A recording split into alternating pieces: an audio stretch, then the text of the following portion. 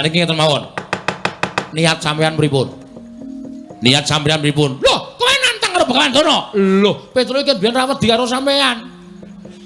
Dadi nek sampean ngunak-unake Petro kuwi sekalian mawon tak tantang karepmu piye? Wis ngono wae. Macem-macem. Iki anggepe kok malang krek iki. Wong tangan-tangane dhewe kok ora entuk. Apa kula malang krek nyilih tangan sampean apa? Ora nyilih tanganmu kok ora entuk ora. Rumangsane lah. Ayo sampean ngejak napa? Kula Petro ning kene kaya ngene, padhangane wani, petengane apa meneh? Rupak wani, jembar wani. Oh, ora sawu. Kula tak takon karo sampean ngejak apa ora sawu. Kondhong bleguduk gembol semua lole semua ranti arep ngopo? Sampeyan arep jang apa? Yen ngono kowe nantang karo Begawan Durna. Upama kula nantang sampeyan ajeng pripun? Dudu ngene, bapane wong neter kadidayan. Ayo, imbang ana kekuwataning Begawan Durna. Kowe salahke Begawan Durna. Boyongan Asmarawati. Mboten ngerti pamane wong neter kae. Metu jopo? Metu jopo aja kesuwen. Ayo, Petro.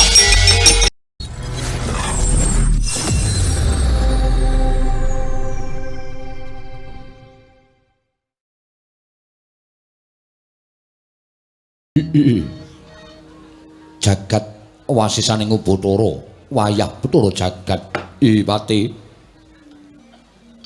ayo ndadake kaget sira Pati ingsun piji ana ing ngarsaning ingsun Patih Wasisa Praja.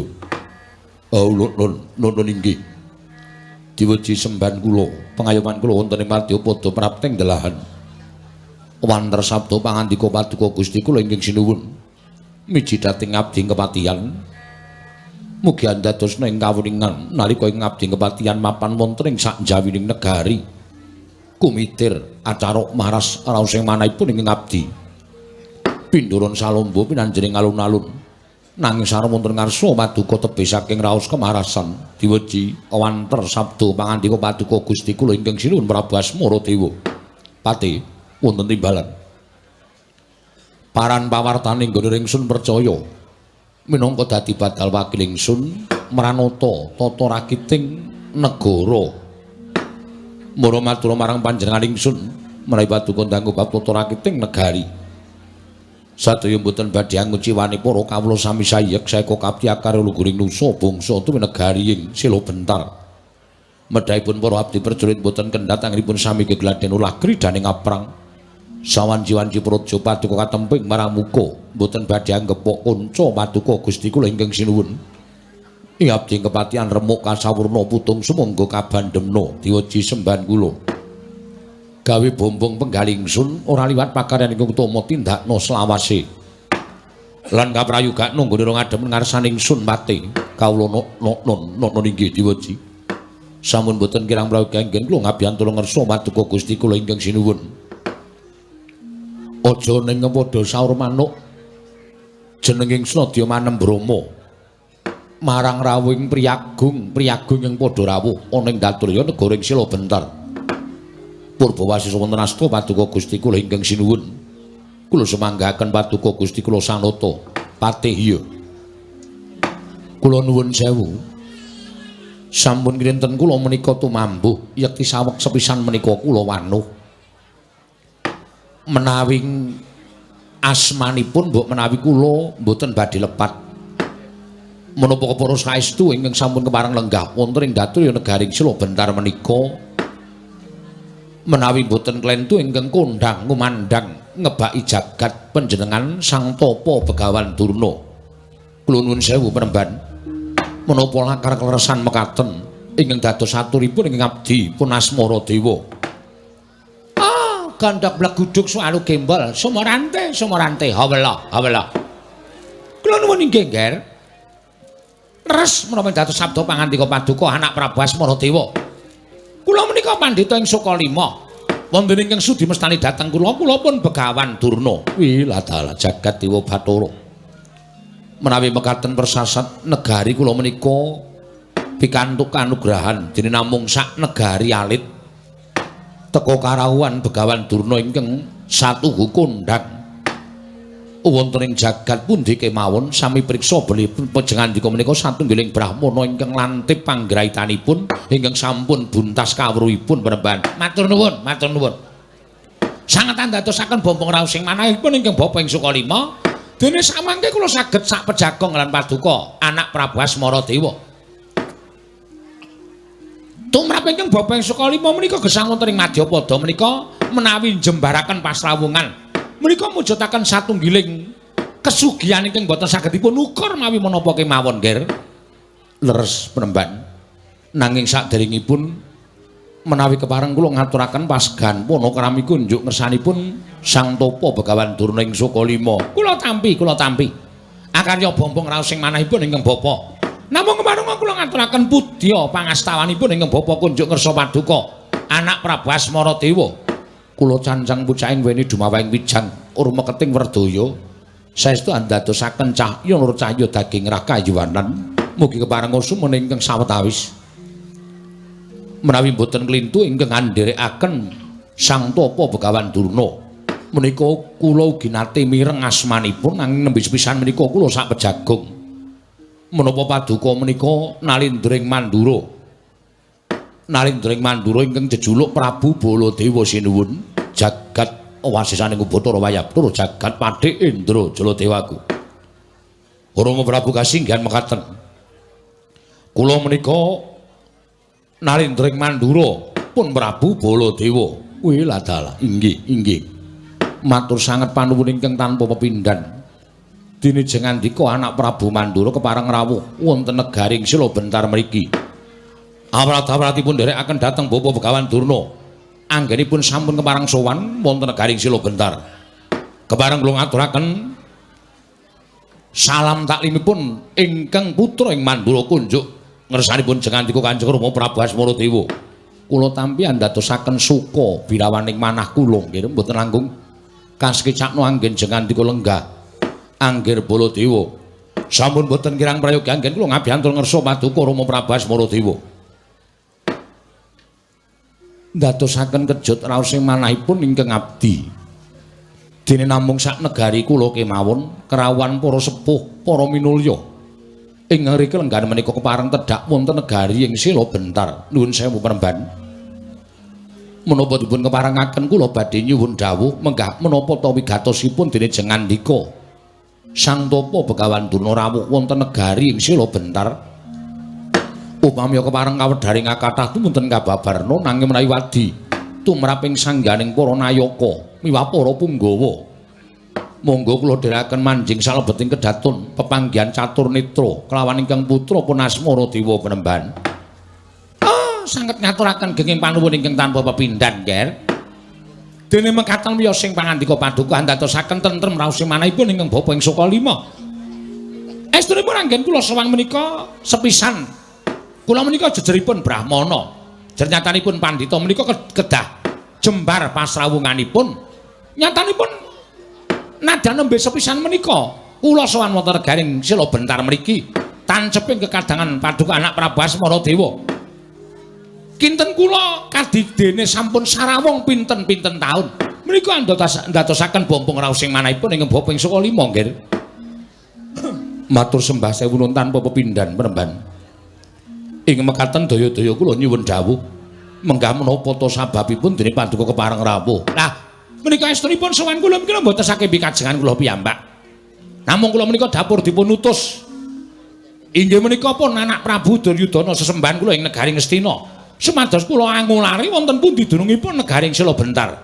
Kepareng ing dewa kula saged pinanggih praja ingkang sinebut Sila Bentar lan sakmangke sampun saged pepanggen lan paduka anak Prabu Asmaradewa. Ing mekaten daya-daya kula aturi paring dawuh menggah menapa ta sababipun dene jengandika diutus dening Sinuwun Prabu ing Ngastina Sinuwun Prabu Duryudana supados rawuh wonten negaring Sila Bentar.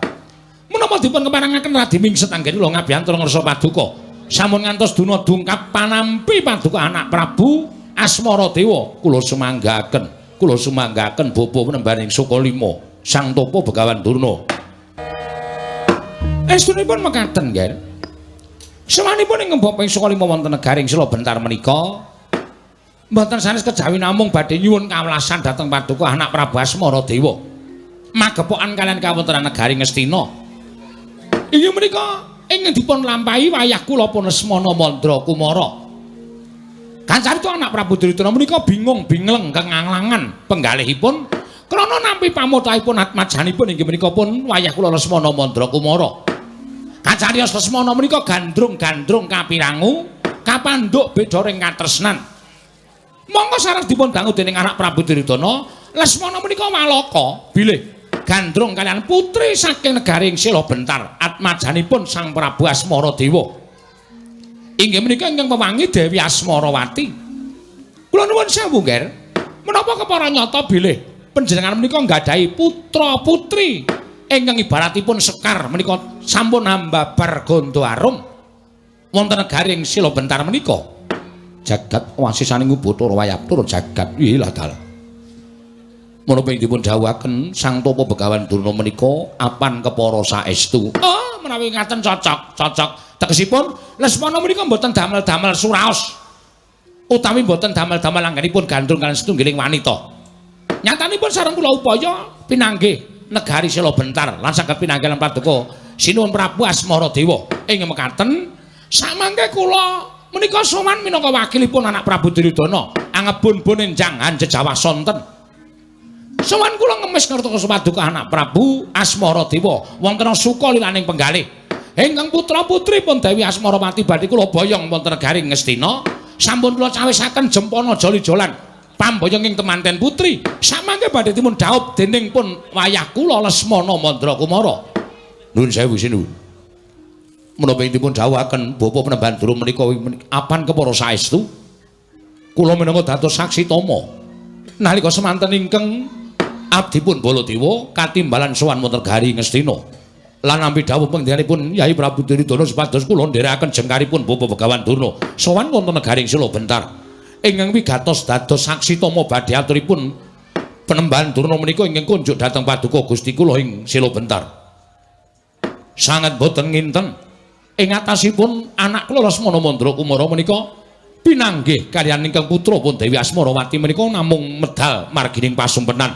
Ewa dene sakmangke kababar kasunyatan wonten praja ingkang winastan Sila Bentar. Lan sakmangke kula wonten sukalelaning penggalih. Mulung penggalih paduka sinuwun Prabu Asmaradewa keparenga sakmangke maringaken dhateng ingkang putra. Sanget mesakaken dhateng kawontenanipun Lesmana Mandra Kumara. Atmaja Nalindra anggenipun gandrung-gandrung paribasanipun ngantos kados dene tiyang bambung tulut ngulurung. Mila sinuwun kula suwun kanthi sanget keparenga paduka maringaken dhateng putra kula baya wonten negari Ngastina. Menika saestu lho, Nger, menika leres. Mboten kula kok damel-damel. Lesmana menika nuwun sewu nadyan Atmaja Nalindra ning mboten nampi kabejan sekedhik kemawon. Lesmana menika putra Nalindra ingkang mboten nampi kabejang sekedhik kemawon. Gesangipun menika tansah lara lapa, langkung-langkung babakan pawestri. Sampun wangsul Lesmana Mandra Kumara menika badhe kepengin dhaup kaliyan putri Nalindra ewadene gagar wigar tenantuk karya. Putri Madukara ugi gagar, putri Ndarawati ugi gagar wigar tanpa karya. Kathah sanget putri ning Brahmana ingkang dipun gaya dening Lesmana ewadene Lesmana menika ugi gagal. Mboten saged kasembatan dhaup. Wangsul gaya putri tartemtu cabaring damel. Oh, mesakaken sanget, Nger. Malah do nalika semanten menika mung kepengin rabi sinden wae ora kelakon. Cobi. Monggo wis layang-layangan. Wis WA-WA-an. Ewadene kok mesa gagal. Lesmana menika setunggiling putra Nalindra ingkang mboten nampi kapejan sekedhik kemawon. Mila kula suwun kanthi sanget samangke menawi jengandika anak Prabu kepareng maringaken ingkang putra tumuli ingkang putra kula boya wonten negari ing Ngastina lajeng kula dhaupaken kalampun Lesmana Mandra Kumara supados saged sarambut sarimbit kalian temanten kakung. Inggih kula mangertos Bapa Penemban. Oh, mesakaken, Nger, mesakaken.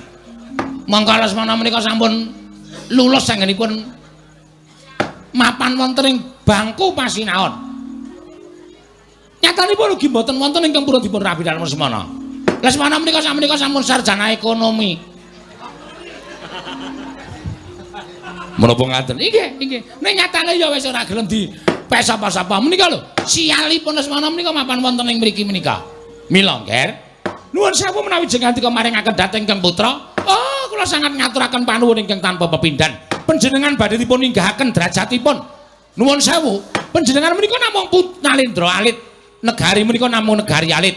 Menawi jenengan dika bebesanan kalian pun Prabu Duryudana, Nalendra ingkang kuncara Handayang Bawana, jagat menika ngantos kebrebeken dhateng umandangipun Prabu Duryudana. Sami kemawon panjenengan menika dipun angkat derajatipun dados besanipun Nalendra ingkang sugih bandha Bandu, sugih bandha tegesipun sugih Brana Picis, sugih Bandu tegesipun Nalendra ingkang Ababala Raja. Cobi kula aturi menggalih. Negari menika mangke dipun bongkar. Lajeng dipun dantosi ingkang langkung sae.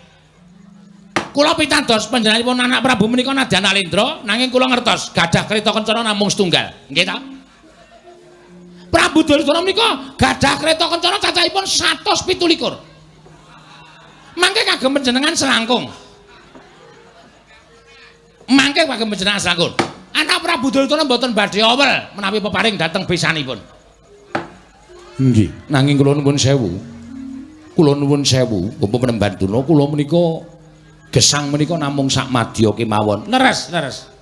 Lajeng kersanipun kula menika ugi bingung. Lho, bingungipun perkawis menapa? Menawi jenengan ndika menika badhe mboyong dhateng anak kula menika tiyang sepuh. Kula kinten kathah tiyang sepuh ingkang kepengin anakipun menika mukti ngawibawa Nyakrawati Mbau Denda. Kasinggihan.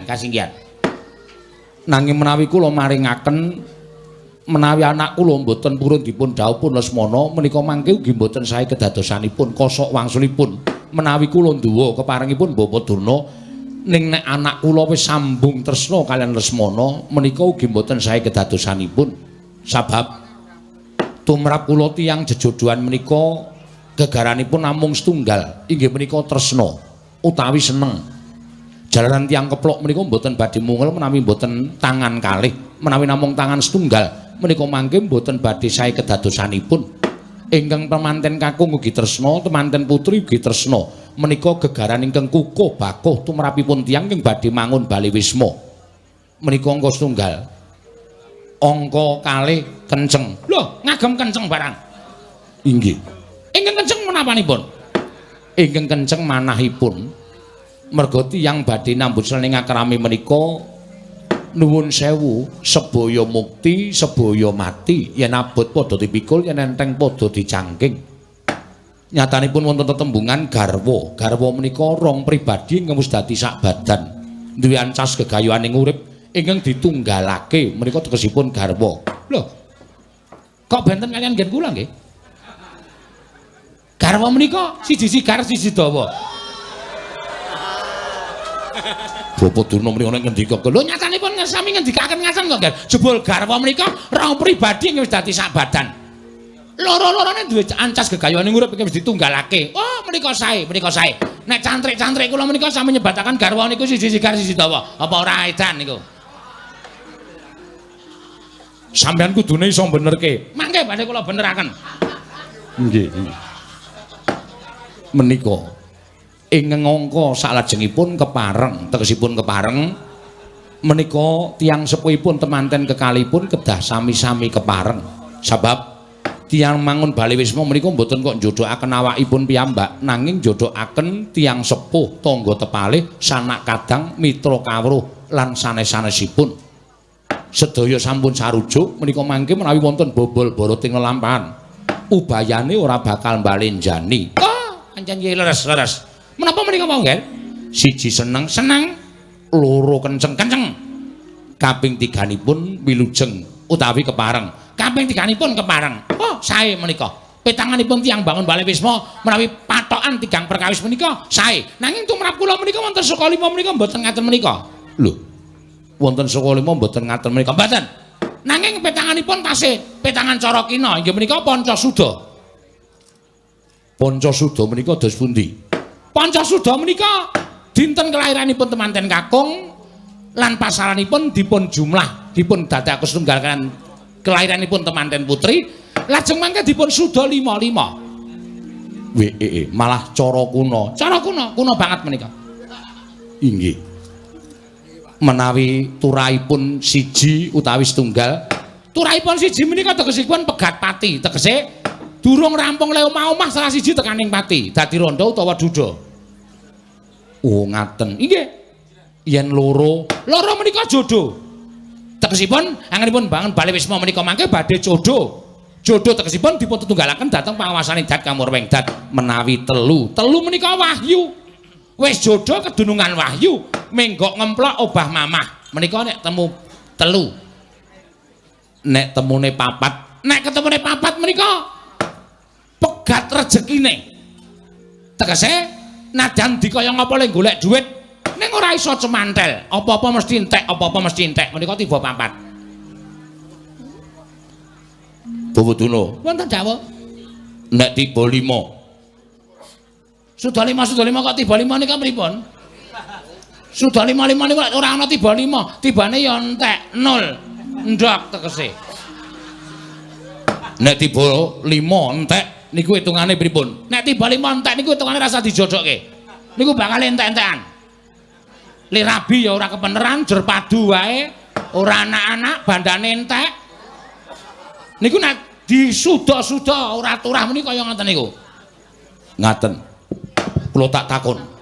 Napa wonten etungane pinten tibane wong rabi menungso ning ora entuk menungso. Ah niku ya sengkring niku. Ampun kaya ngoten. Oh, kanca dhewe kok ngenani. Ora seneng ah kula. Kula niku namung takon, mboten sah ditakokke. Niku tiba loro seprapat. Loro seprapat nggih, menika namung anu kok nggih menapa lelakon sing kudu dilakoni. Nggih, mila saenipun kedadipun tenggo, mangke kula ingkang badhe nanting dhateng anak kula pun Asmarawati. Kados pundi mangke aturipun anak kula suwun Bapa Penemban Durna miwasi nuwun mandura kedah nampi menapa kemawon ingkang kedah dados aturipun anak kula pun Asmarawati Penemban. Dereng ngantos paripurna Mbal-Wacana. Nalika semanten kasaru geger jaba pihak ngarsa tangaping mrika sebanipun amu apa to kang dadi darunane. Ora numacan rangke Gajah Medha saka Wandilan. Kejawi namung utusan saking negari Ngamarta. Nenggi abdi kinasih negari Ngamarta ki Lurah Petruk Kantong bolengking drajak dumrujug tanpa arpana karo cingak kang samya mulat mangrombreng para kawula kanca piyak-piyana daya minggir jaluk dalan jagat dewa Bathara ya jagat pangestu ngala ila dalan nganti kaget penggali ingsun durung nganti tutuk nggonku nampa pangendikaning Sang Tapa Begawan Durna lah kok dadi iki ana wujuding kawula cilik ingkang sowan ana ing negara ing Sila Bentar. Mongko ndareng ndak waspadake, ndak tiling-tilingke. Iki kok kaya tau ngerti nadyan mung ana gambar-gambar sing sok diumbulke cah cilik-cilik kae. Nek ora kleru apa iki ingkang arane Petruk ngono kae apa piye? Nuwun amit pasang Kalimantabe tinebene iki lho dene Demawaing Tawang Towang. Sinuwun. Leres menapa ing dados pangendika paduka kula menika abdi Petruk Kantong Bolong. Lah dalah jagat Dewa Bathara. Wela. Disawang pasuryane wae wis gawe seneng. Ing atase ana pawongan kok awake sarwa dawa. Nggih wonten sing cendhek.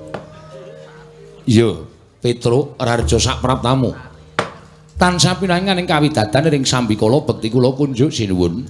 Iya ya tak tampa pangestuku tampanana. Kula pundi nggo jimat paripin dayana ing kasantosan.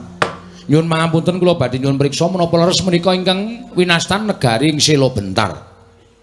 Awit kula dumugi wonten ing mergi ageng menika wonten gepura lajeng wonten tulisanipun Anda memasuki wilayah Sila Bentar. Napa leres? Iya iki negara ing Sila Bentar Petruk. Wah, lah nek ngaten nggen kula ketayalan kekalangan Malaya persasat ngubengi jagat menika mboten sisip anggen kula ngabiyantara wonten sanipun menawi mboten klentu Sinuwun Prabu Asmaradewa. Iya, ingsun nalindring sila bentar Prabu Asmaradewa. Matur suwun, matur suwun. Sidane ya kecekel, anggere wong tak takoni mesti ora do ngerti, wong tak takoni mesti ora ngerti. Ya Karang negaraku ki negara cilik, Petruk. Mboten apa-apa, mboten apa-apa. Cilik kali gedhe niku gumantung anggenipun ngasta bawat pemerintahan. Duwe negara gedhe ning nek kawulane pating slebar ora karu-karuan, kahanane rusak niku ya ora bakal apik. Ning duwe negara cilik, nek iso gawe tentrem para kawula, wekasan mujudake kawula ingkang ayom-ayom tentrem, kahanane gemah ripah loh jinawi, menika malah langkung prayogi. Yo, bener pancen mengkono Petruk. Petruk kowe padha slamet sak praptamu, Petruk. Lho. Menika kados wontenipun Begawan Durna. Heeh. Aku pepundhenmu ing Saka Lima. Weh, la wilujeng Mbah bekti kula punjuk. Tak tampa, tak tampa. Pangestuku tampan ana ya, Petruk. Lho nggih. Karo sapa kowe? Piyambak. Loh, biasane ngejak Bagong lagi mboten cocok lahir batin kula karo Bagong. Perkarane apa sing jeneng kowe sedulur padha-padha anake Semar kok ora cocok? Mboten wonten perkara napa, wong ati niku ora iso diapusi, nek lagi ora cocok ya ora cocok, nek lagi cocok ya weh persasat ora iso genggang sarikma. Nek lagi ora cocok ya kula niku omongan wae moh. Ngono. Nggih. Ning ora ana apa-apa ta Petruk, mboten wonten apa-apa. Bagong ya slamet wae kakangmu Gareng ya slamet pangestunipun Penembahan wilujeng. Prayogakno nggonmu lungguh. Lho niki sampun boten kirang prayogi Penembahan. Petruk Kanung Bulung Mundur Arjo sak praptamu. Wah, ngendikane nek kaya ngene iki mesti sinuwun Mandura. Yo, aku bendaramu Mandura. Wilujeng bekti kula kunjuk sinuwun. Yo, tak tampa. Pangestuku tampan ana. Kula pun dinggo jimat paripin dayana ing kasantosan. Ana kawan. Ana wigati apa dene jeneng sira ngabiyantara ning ngarsaning ingsun? Apa saka karep sira pribadi apa pancen diutus dening kepundhenmu Pandhawa? Sadèrèngipun kula matur kepareng kula ngaturaken tebah Siti Sekul bidung teling rong klapa. Apunten ambak bilih wonten lupat kula anggen kula munjatuh sapa paduka Sang Nata. Ora dadi ngopo Petruk, matur sembah nuwun. Critanipun Petruk nika nadyan wujuding mung loro saudon telu saurupan ning nuwun sewu dalu menika kula dados piyayi. Lho. Dadi piyayi lire piye? Mergi sowan kula menika mboten saking pikajengan kula piyambak. Nek saka karep kula dhewe tetep Petruk niku dadi wong kere, tetep wong ora duwe, ya mung sak batur. Ning gandeng sing kongkon kula niku para her-her. Sing utusan kula menika para minulya. Ing atase Petruk menika mung kumana kawan kok dipercaya karo para her, para minulya. Niku tegese kula kecipratan derajat pangkating sing utusan kalih kula. Sing utusan sira sapa? Nalika semanten negari Ngamarta menika ngawontenaken parapatan agung. Dedrek Rembak boten sanes kejawi namung badhe nglamar putra-putri negari ing Sela Bentar atmajanipun Prabu Asmaradewa ingkang wangi Dewi Asmarawati.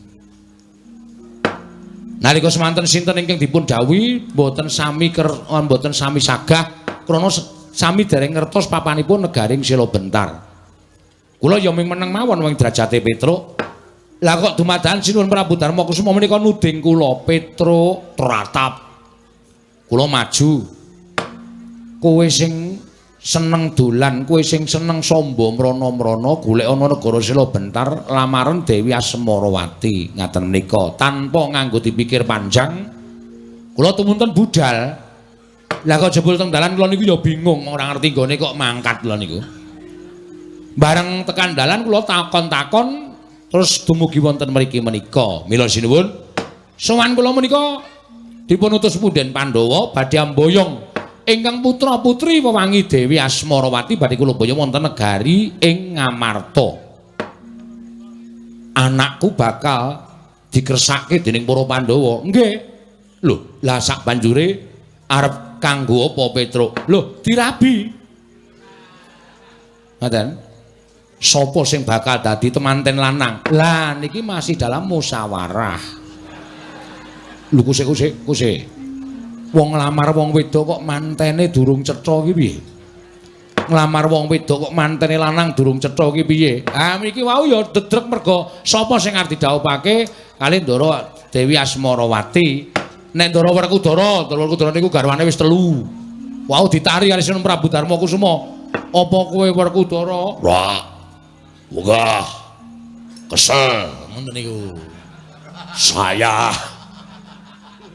Terus Ndara Janaka niku malah bojone ora iso ditung nang ndi-ndi eneng.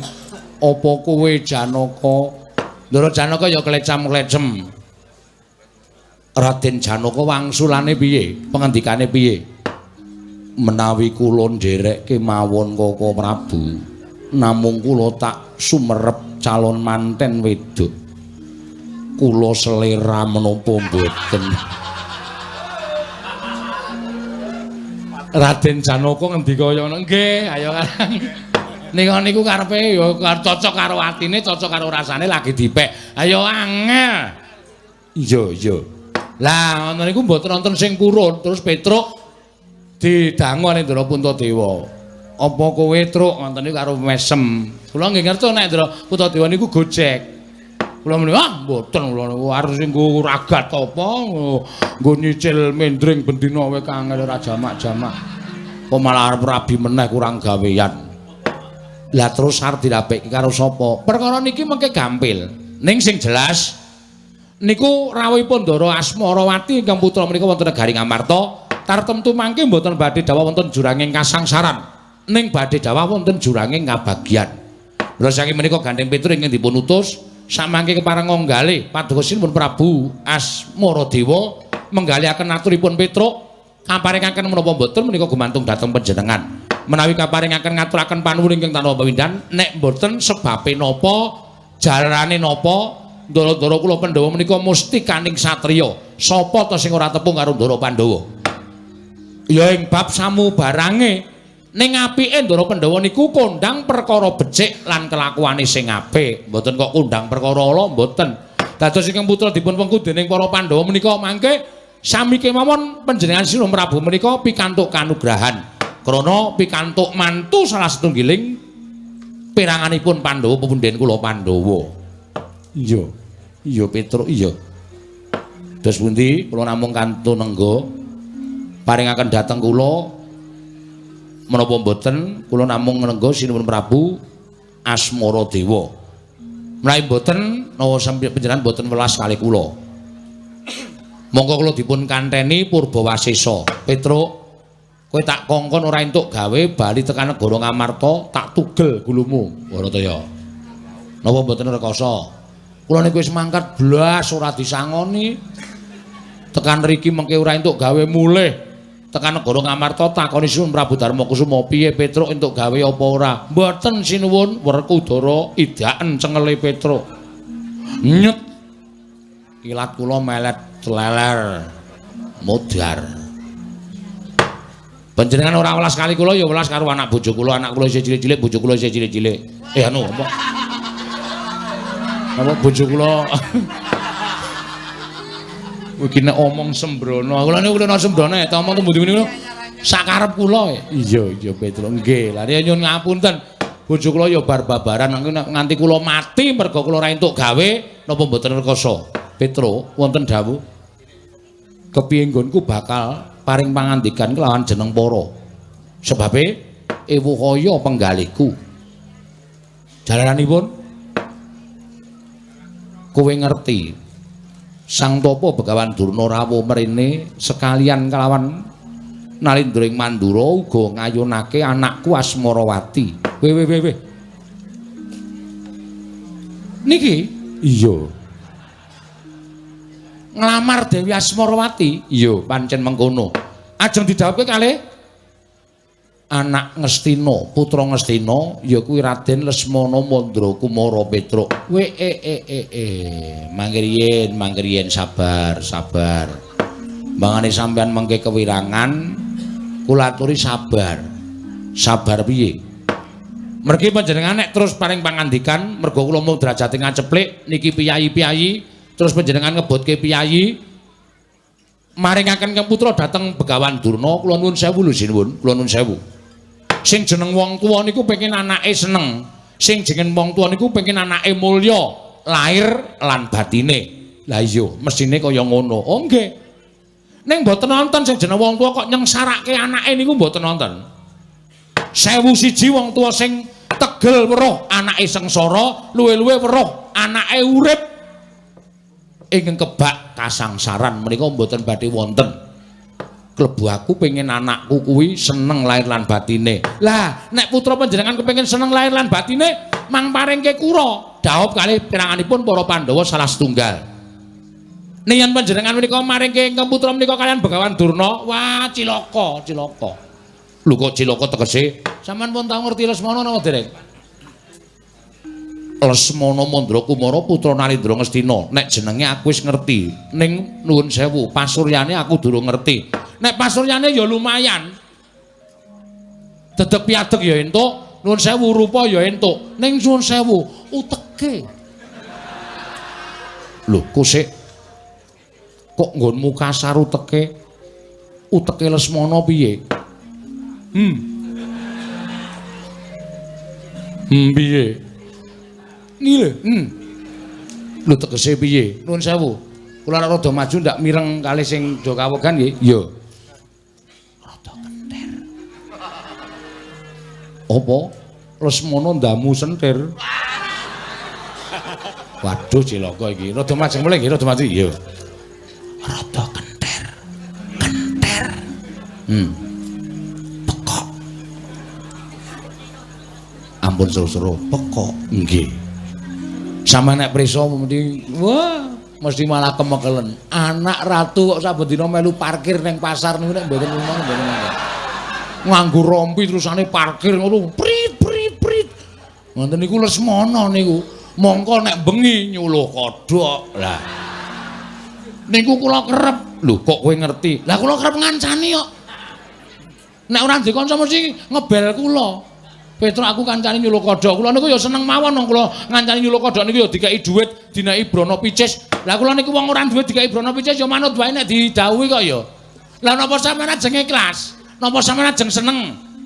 Putra panjenengan sing kondang ayu nganti jagat keberbeken kok mung dipek karo wong pekok. Nuwun sewu lho niki.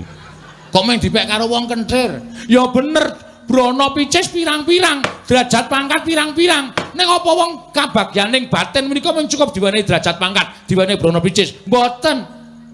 Kabagyaning batin menika nadan kekurangan derajat pangkat, kekurangan Brana Picis, ning nek uripe seneng, uripe kepenak, tresnan tintresnanan, sih sinian, niku bakal uripe kepenak. Arep ming sarwa cukup. Ning arep kebyukan Brana Picis, derajat pangkat dhuwure sondo langit. Nek ming gerus teng ati. Lho pripun? Monggo Lesmana niku pendak dina wah nika pancen anak ratu ning kok saking sugihe terus ming ngentek-entekke dhuwit kok. Wong wedok niku diklumpukke teng kasatriyane. Terus nyetel kok dosa. Terus do ngomben-ombenan teler. Terus wah wis kaya ngoten niku kula niku ya sok melu soalé. Angge kok dinggo refreshing ning pisan pindho. Nglumpuk modoke banget terus meja kursi disingkirke nyetel tip kita budel ngonten nika nganti wis napa kaya ngoten niku nanti panjenengan ajeng rumangsa anak sampean seneng napa kaya ngoten ajeng rumangsa anak sampean bahagia mboten anak sampean malah kaya tiba teng jurange kasangsaran nek dipadak-padakke nek ditanding-tandingke ngudumeh anak ratu nanding-nandingke putra sampeyan dipenggalih sinuwun. Tingali panjenengan mangke getun timba buri sego. Aduh. Walik leh ngomong iki mau. Sego wis dadi jenang ora bakal kulit dadi sego meneh panjenengan getun ming timba buri ora iso nulungi anak sampeyan. Nek sampeyan maring kalian Petruk durung cetha temantene lanang ning nuwun sewu manten lanang waras kabeh. Tur ya manten lanang bagus kabeh, tumindake apik kabeh. Nek sampean maring teng Ndara Lesmana, wah sampun. Padha karo sampean wong tuwa sing nglebokke anak sampean teng neraka jahanam. Niku yakin niku. Lole gondok bleguduk. Suau gembol sumolole sumorante hawela. Manungsmaning jajalanan Petruk kantong bolong. Menungsa ming batur gedibal 27 wong elek nyola mripat kowe iki ming kene. Kowe iki meng panakawane kok ucap mundur wili kaya grojogan nyerwetek kaya betes semun Bapak Tegalan. Apa mbok kira Begawan Durna ora krungu? Apa mbok kira Begawan Durna ora ngerti apa sing entuk kandhake? Mireng to, Mbah. Krungu areng apa? Gua nggih nyuwun ngapunten. Ora ana pangapura kanggo kowe. Wis ora ana pangapura kanggo kowe, sapenakmu dhewe. Kowe ngias karo putra Ngastina, putu Lesmana Mandrakumara, tok senggo Lesmana ki wong edan, tok senggo Lesmana ki wong kentir. Apa ora? Nuwun sewu. Lah apa ora? Lho, heeh kae dudu perkaramu. Ya pancen Lesmana ki kurang saon, pancen bener. Nek ora rasa dikandak-kandake nang kene. Wong nyatane Lesmana ki pengen rabi. Lah kok tok onceki elek Lesmana. Dimana anak Prabu Asmara Dewa ora maningake Asmarawati marang negara Ngastina merga saka cangkemmu sing wis drangap-drangap tanpa aturan keparat kowe. Petruk. Petruk ana kula. Waduh, dibut loro ya. Wonten dawuh. Kowe ngerti tatanan ora to? Kowe ngerti tatanan ora? Kowe iki wong tuwa bocah. Nek kowe wong tuwa mestine kowe nganggo aturan. Lemu omong nganggo aturan. Aja waton omong, ning ngomong nganggo waton. Sapenamu dhewe kowe nyias karo Lesmana Mandrakumara. Baladewa ki dadi utusane Kyai Prabu Duryudana supaya mboyong Asmarawati. Lah kok tak mentahke rembuge Begawan Durna. Oh, pancen menungso ora tatanan.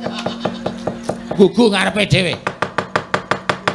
Rumangsaku tulus kumawasa dumeke dikongkon dening para Pandhawa. Terus rumangsaku kowe duwe kekuatan dumeke dikongkon dening para Pandhawa. Oh, kowe wis ngina karo Lesmana Mandrakumara. Oh, perkara iki aku ora trima. Perkara iki aku ora trima. Petruk Kanto boleh dandani Bakardimu. Aku ora bakal wegah midana karo kowe. Mangrin. Hop. Niki nek kula mengamingu ngenten iki suwe-suwe kula vertigo. Salah siji mawon sing nesu, mengke perkara kedadeane napa mangkrubut loro kula ora wedi. Lho, cangkeme. Salah siji, iso ora? Salah siji iso ora iki ya? Mumet sirahku nek terane kaya ngene. Petruk, nun. Karemu piye? Niki padha-padha ngayunake Dewi Asmarawati. Perkara diwenehke sapa? Niku ora usah dadak sampeyan nesu-nesu kalih kula. Aku nesu karo kowe mergo kowe ngelek-elek Lesmana Mandrakumara. Nuwun sewu, kula ngemutaken Sinuhun Prabu Asmaradewa. Aja nganti dawah wonten juranging kasangsaran. Nek nganti putrane menika diwengku garwa dening Ndara Lesmana Mandrakumara, padha karo Sinuhun Prabu Asmaradewa nika mentala nyumurupi kesangsaraning atmajaning Ndara Asmaradewa inggih menika Dewi Asmarawati. Perkara kuwi mengko dudu perkaramu, niki perkarane Sinuhun Prabu Asmaradewa. Kowe karo aku nang kene iki padha-padha wong nglamar. Padha-padha nglamar. Kowe ora usah ngelek-elek karo penglamar liya. Nuwun sewu kula mboten ngelek-elek, ning kula ngaturke napa sing dumadi lan napa sejatine sing lakon. Tur napa sing kula kandhake niku mboten gawe-gawe, niku kenyataan, niku fakta. Lho, iya, ning rasa do ngomong kene kono-kono. Kula ngomongke niku mboten perkara kula ngelek-elek karo sampeyan, ning kula ngomongke kalian Sinuhun Prabu Asmaradewa, aja nganti Sinuhun Prabu Asmaradewa menika nuwun sewu nyatane Sinuhun Prabu Asmaradewa niku ora kenal karo Lesmana Mandrakumara. Ora ngerti wujude. Dadi kudu diterangke wujude kaya ngapa, watake kaya ngapa, aja nganti Sinuhun Prabu Asmaradewa niku menglung malingke putrine ning atmajane sengsara uripe niku nek cara kula mboten pas. Kok kian cangkem kowe, sampean yo kian cangkem. Lho. Kowe ngunake Begawan Durna cangkem. Lah niki jenenge apa nek udu cangkem? Wong jenenge cangkem kok dadak kok sampean yo ngunake kula kok. Lho kowe meh batur. Batur rak wujude. Ning tuwane tuwa Petruk. Nek arep sopan santun ora sang ngunake cangkem wong tuwa. Sampeyan niku arep ketoke jenggote putih, nek diitung umur karo Petruk, tuwa Petruk karo sampeyan. Sampeyan lahir lagi wingi, Petrus berabad-abad urip teng alam donya. Ngunekke cangkeme sak penake dhewe. Apa dianggep aku ora wani ngunekke cangkemmu apa piye? Aming cangkem pendhita kaya ngono kok diwedeni. Petruk sabar, Petruk. Mangke riyen kula mboten marahi kok, niki sing marahi. Nek kula ken anteng kula ya anteng, kula ken lerem kula ya lerem, kula sabar kula ya sabar, kula ken ikhlas kula ya ikhlas. Nek Petruk dicamak Petruk dianggep wong kleru, kula moh. Nyatane kowe kleru. Kleruku nggo napa? Kowe iki ngelek-elek Lesmana. Bola-bali dibolan-baleni kaya ngono kuwi rembuke. Saniki ngeten mawon. Niat sampean pripun? Niat sampean pripun? Lho, kowe nantang karo Begawan Durna. Lho, Petruk iki biyen ra wedi karo sampean. Dadi nek sampean ngunak-unake Petruk kuwi sekalian mawon tak tantang karepmu piye? Wis ngono wae. macem-macem. Iki anggepe kok malang krek iki. Wong tangan-tangane dhewe kok ora entuk. Apa kula malang krek nyilih tangan sampean apa? Ora nyilih tanganmu kok ora entuk ora. Rumangsane lah. Ayo sampean ngejak napa? Kula Petro ning kene kaya ngene, padhangane wani, petengane apa meneh? Rupak wani, jembar wani. Oh, ora sawu. Kula tak takon karo sampean ngejak apa ora sawu. Kondhong bleguduk gembol semua lole semua ranti arep ngopo? Sampeyan arep jang apa? Yen ngono kowe nantang karo Begawan Durna. Upama kula nantang sampeyan ajeng pripun? Dudu kene, pamane wong neter kadedayan. Ayo, imbang ana kekuwataning Begawan Durna. Kowe iso ngalahke Begawan Durna. Boyongan Asmarawati. Mboten ngerti pamane wong neter kae. Metu jaba aja kesuwen. Ayo, Petro.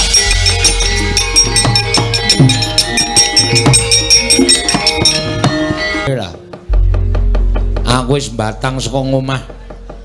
Aku diutus sepundhenku Pandhawa, mongko ana sambung rapete karo wong wedok. Kon lamar kon boyong Dewi Asmarawati supaya prapta ana ing negara Ngamarta. Wah, jan. Monggo Begawan Durna rawuh. Sinuwun Pandura rawuh ya ngayunake Dewi Asmarawati. Nek nganti aku ming meneng wae ora ngrebut Dewi Asmarawati arep diboyong marang negara Ngastina. Baliku marang negara Ngamarta mesti nampa duka saka pepundhen-pundhen Pandhawa. Kalah cacak menang cacak. Sinambi nyoba ketrimaning uripe Petruk kantong bolong mungsuh Kurawa tak tandangane. Sinuwun Mandura maju ora bakal wedi kaya nek pancen kabeh nampa dawuh Begawan Durna kene adu arep karo Petruk kantong bolong legane atiku. Ndara Kartomarma, ya Petruk. Aku sing tekan papan kene. Wonten menapa kok kula dioyak karo Sata Kurawa? Petruk rasa dadak tedeng aling-aling. Kowe wani ngembari marang sedyaning bapa Penemban Durna sartaning Koko Prabu Baladewa. Wektu dina iki aku didhawuhi supaya nyingkirake kowe. Nyingkirake pripun kersane? Kowe gelem bali apa ora? Kula purun wangsul nek kula entuk keterangan babagan Dewi Asmarawati putranipun Dewi Prabu Asmaradewa. Nek kula dereng entuk keterangan tentang Dewi Asmarawati, kula nyuwun pangapunten. Kula kepeksa ora gelem bali. Kowe ora wedi karo Sata Kurawa. Pakiriyen, biyen ra wedi saiki ra wedi. Petruk ora tau wedi karo Sata Kurawa. Mula nek sampeyan ajeng nyoba karo ponakan Petruk, monggo kula ladosi. Ning nek mengke Petruk menang karo Kurawa, sampeyan do kepirangan aja nyalah karo Petruk. Ora minggat sing arep ing Kartomarma kendharat dening tanganku. Monggo den kula ladosi. Hi merganing patimu, panggawa tak ayoni Ndara Kartomarma.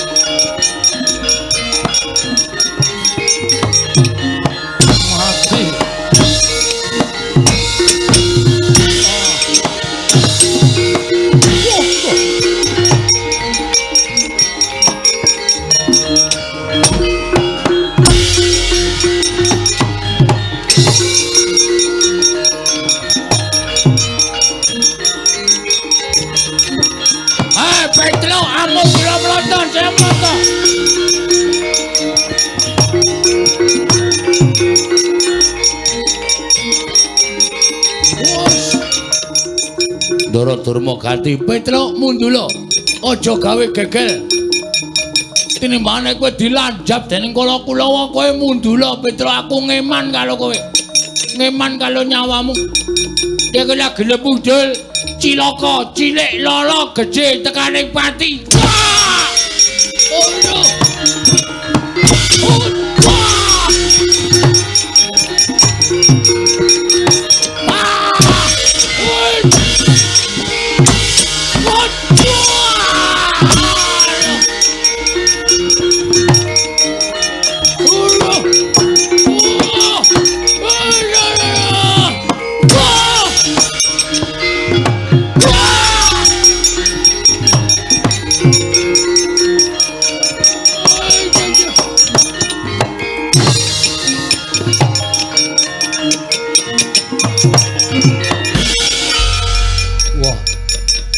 Wong salwangsul kula matur kalih Paman Sengguni. Nek mungsuh Petruk niku. Yen Kurawa dikon mungsuh Petruk niku ibarate kaya dene timun mungsuh duren. Kurawa nadyan kathah namung wujud timun, namung Petruk setunggal wujude duren. Dipun glundhungi mesti mboten kanten-kantenan kawontenanipun. Kalah, kawon man kula nyemanggaken. Kula mboten saged menang kaliyan Petruk. Seprika-sepriki kula menika gumun kadang nata kok kalah karo Panakawan karo wujude batur. Kula semanggaken man, satama ya kalah nggih pangestunipun kawon. Kowe anak pendhita ampuh ming mungsuh Petruk kok nganti kalah nek cara aku isin. Kula semanggaken anggipun badhe mestani nyatanipun kula kawon, nyatanipun kula kalah. Dipun menapak-menapakno kalah ya kalah ora usah dadak. Kula kakehan alasan malah dipaido adik kula malah loro. Piye Dur? Lemuk. Remuk wis. Rekane ngelekke kalih Petruk kowe mundula, mumpung kowe dulung dilanjap dening Kulawa. Kowe mengijen tanpa luang. Nek nganti kowe engko mungco, Kulawa kowe kalah, Petruk ndupak cangkem kula man. Mak bles. Bres ki ketusuk apa ngantem? Bles. Bres to. Maksud kula bres ning ra iso omong bres dadi bles. Wong kena iso omong bres kok. Wajal para gantang gejluke lemah klekalke terus Petruk mumbul dada kula didak kali Petruk. Lah iso ambegan man kula. Nek mboten kula mesti semaput sumpah pun. Lah terus piye? Pun kula nyemanggaken kula kalah wis. Lemuk pokoke awake man. Weh ladar. Kurawa sapa sing arep maju ana ing pabaratan? Lho, sinuwun Prabu Baladewa kok malah ditata-tata kaya dikapak.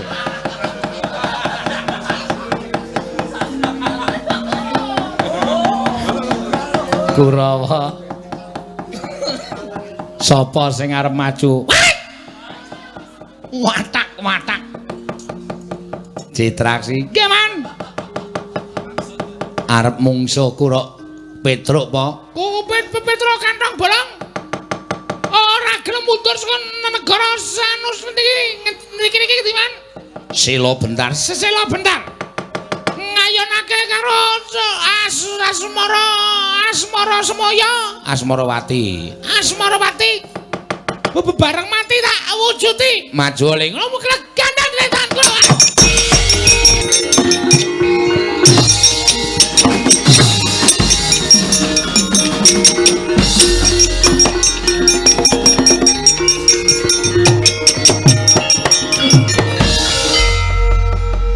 Ndara Citraksi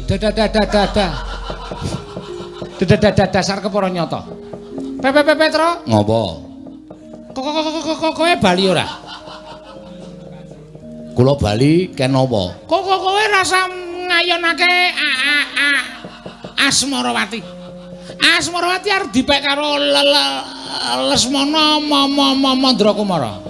Mula kowe kalah. Terus nek kula ora gelem ngalah, kowe perang karo aku. Perang karo sampeyan? Ho. Pun mang pikir sampeyan omong ngoten niku. Udut anu wis. Saniki ngeten, dipikir sing tenanan. Dipikir piye? Sing mirsani isih akeh. Bener. Isih akeh. Mongko bar limbukan ora do kundur. Betul. Kok kowe kan dadak ngomongke penonton ki maksudmu? Penonton sementen iki wis do mbedhek kabeh. Nek Citraksi mungsuh Petruk niku mesti menang Petruk. Nek nganti menang sampeyan, penonton sementen iki bali kabeh. Penonton sementen iki bali kabeh gelo, atine gelo. Citraksi kok menang karo Petruk ki luwe-luwe mesti ngembet dalange edan, dalange pekok. Citraksi kok menang karo Petruk niku sebagian. Betul. Nek nganti Pak Ratno kagol, sesuk tahun ngarep ora ditanggap meneh. Mergo kagol Citraksi kok menang karo Petruk. Mboten napa-napa, sampean menang kali kula ora masalah. Ning tahun ngarep ora wayangan, sampeyan ning jero kotak nganti bosok.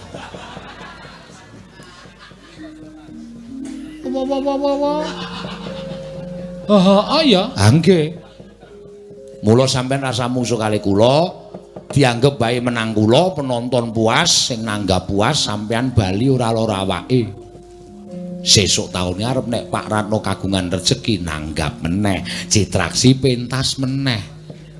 Wah, betul. Nah, bener to? Bener. Pancen aku ora mikir tekan semono. Pun saniki bali mawon, bangane kula kalah, penonton sementen iki do ado-ado lho niki Ndara. Ado-ado niki mesake. Do getun atine Citraksi kok menang karo Petruk ki do bubar bali do karo gemremeng balange edan pekok. Ora ngerti wayang Citraksi kok menang karo Petruk do getun kabeh. Siji ora ditanggap meneh, loro kucem asmane. Tanggapan saya sudah. Ora ana tanggapan sampeyan bosok neng kotak wiyaga do mrongos kabeh. Wah. Lha iya, nek sampeyan mulih nyelametke wong pirang-pirang, Petruk, pripun? Sesekecake lenggah. Nggih. Aku tak balik. Oh. Lah sida perang. Rak, mbangane aku dadi wayang bosok. Ah. Luweng mundur kalah ning tetep kabudayan eksis. Ah nggih. Cocok. Tetep ngrembaka. Neng nganti Citraksi menang karo Petruk mengko ndak do ora merti dusun. Bener. Mula aku tak bali wae ning tetep wayangan lancar. Jaluk pamen lho.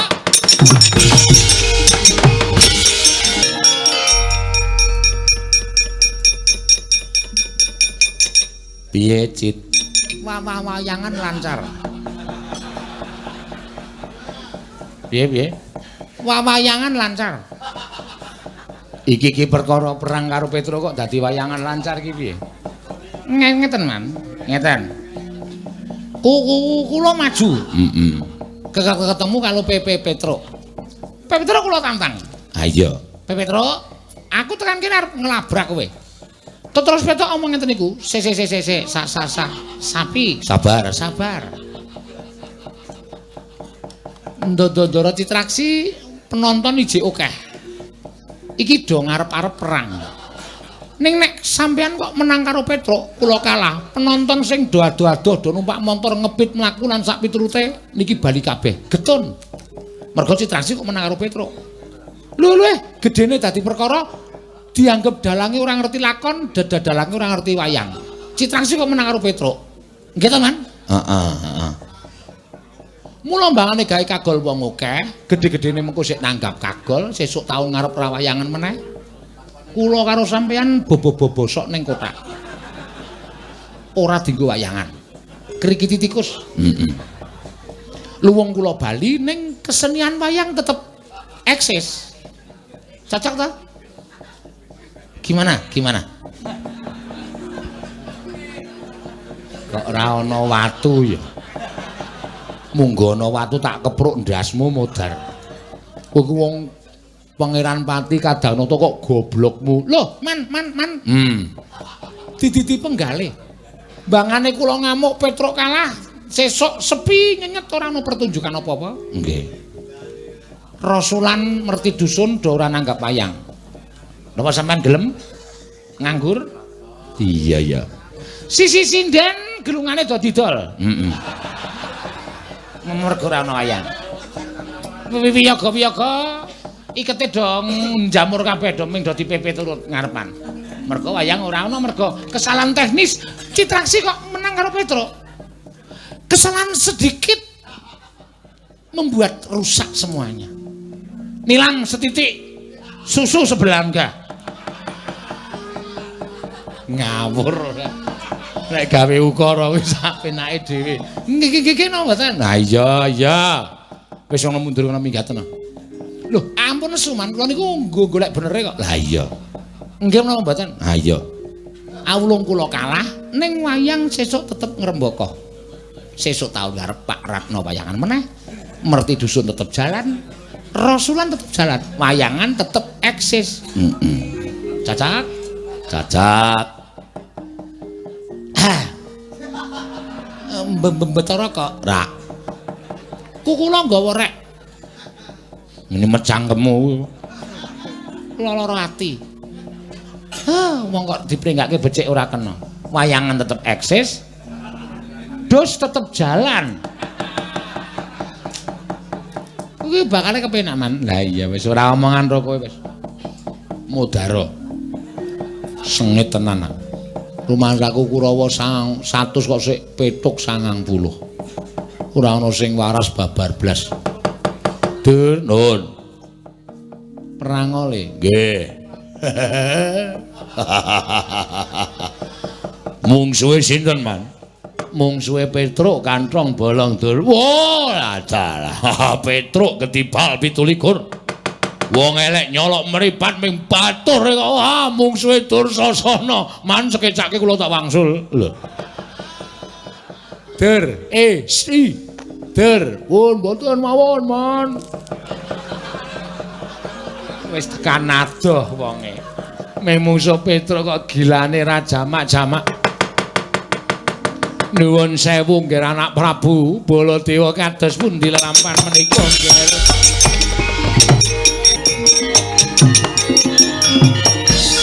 Panusmaning jajalan Sukertaning Bawana. Wah, iblis lanang Petruk. Kantong bolong ketibal 17 wong elek nyolong mripat. Kowe derajate ming batur wani nyas Maranata Mandura Prabu Baladewa. Ijeng Maranata Mandura Prabu Baladewa. Petruk ora minggat grete nenggala dadi apa? Ngandel ora. Sing maju rak dudu Begawan Durna ning Durna ngendelke Sinuwun Mandura. Wah, bengok-bengok saka kadohan. Petruk kantong bolong ora gelem minggat. Iki nata Mandura Prabu Baladewa tandangana. Dianggep Petruk ming wedi digetak kaya ngono. Petruk kulino disenggara macan. Petruk kulino digetak-getak wong ning dalan nek digetak nata Mandura nek liyane dawa dina Petruk. Ayo, iki anake Semar. Prabu Petruk ganteng bolong regane ati. Ta. Wah.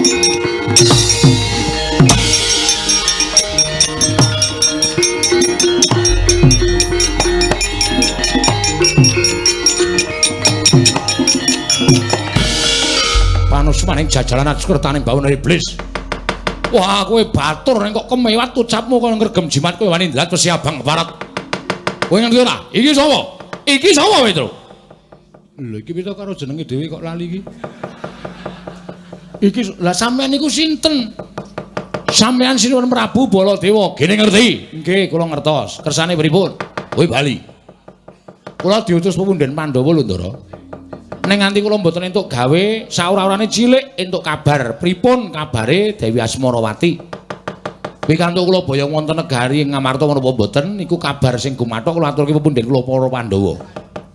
Nek kula entuk kabar kula purun wangsul ning gandeng sing dawuh sampeyan ora diwenang nundung karo Petruk wong kula niku teng negara Sela Bentar. Sing duwe wenang niku Prabu Asmaradewa. Nadyan kathah-kathah panggendanipun Sinuwun Prabu Mandura mboten ajeng kula agem ning nek seklimah ngendikanipun Sinuwun Prabu Asmaradewa. Badhe kula candhi engko jimat. Lho yen kono kowe wani karo Baladewa. Petruk tuthuk waktu siramu mudhar kowe. Kowe niroke Baladewa. Sampeyan niku senengane wis nesu sikik kok. Ora gelem ngrembug kanggo cara bedamen dirembug sarana musyawarah. Ngerti-ngerti anggere ana masalah terus Prabu Baladewa. Iki nata Mandura Prabu Baladewa, iki Prabu Waning Pinto, wasi jolo-jolo, jajan ora bayar, utang ora nyaur. Dapurmu. Kowe pokoke sae bali. Kowe bali. Nek kula mboten bali, kowe wani karo aku. Nuwun sewu, kula tetep mboten ajeng wangsul. Mbahane kula bali didukani karo Punden Pandhawa, luwung teng mriku kula modar kula wujuti. Lho. Wani tenan karo Baladewa. Lah nyuwun pangapunten lho Den sak gedhakan iku lho kok bangsa wani. Ora minggat karo maning Baladewa. Kuwat nadai Kyai Nenggala aku meguru 20 taun karo kowe Petro. Mati dereng aku. Sabar Gir, sabar.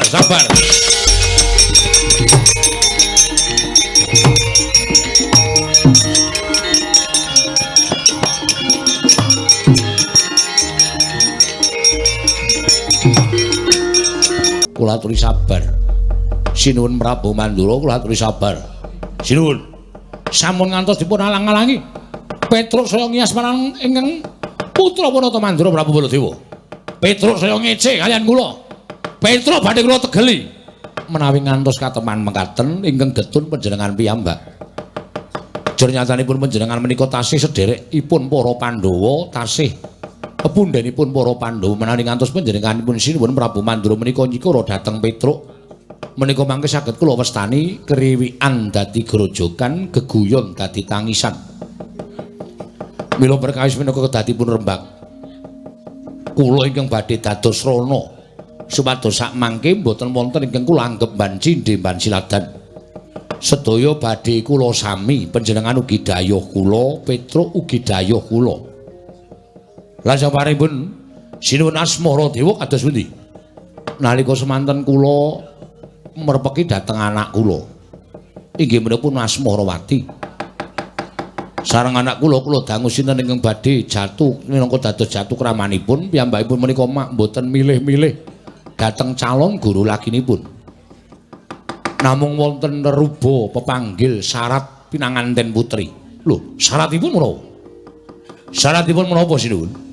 Waton temanten kakung saged batang cangkriman ingkang dipun aturaken anak kula pun Asmarawati menika badhe dipun ladosi wonten ing Madyapada prapteng delahan sinuwun Mandura. Jagat paisane Bathara Wayaptara jagat. Waduh. Dioji semban kula. Sinuwun Prabu Asmaradewa. Kula ngaturaken panuwun ingkang tanpa pepindhan dene jengandika saged nengahi perkawis menika. Malah samangke kula nyuwun pamit wangsul dhateng negaring Astina angombyong sowanipun pinanganten kakung. Supados saged ambatang cangrimanipun ingkang putra putri inggih menika Dewi Asmarawati menika langkung prayogi sinuwun. Sinten ingkang saged kundur sarta angombyong sowanipun pinanganten kakung menika sakmangke ingkang badhe tinampi pasuwitanipun saha anak kula badhe ngladosi dhateng piyantun kakung menika kula wau sinuwun. Kula nyuwun pamit. Nggih, ngatos-atos. Sembah kula katur Santawa Begawan Duna. Nggih, mangke badhe kula aturaken kula nyuwun pamit sinuwun. Inggih, sinuwun mugi-mugi lebda ing karya.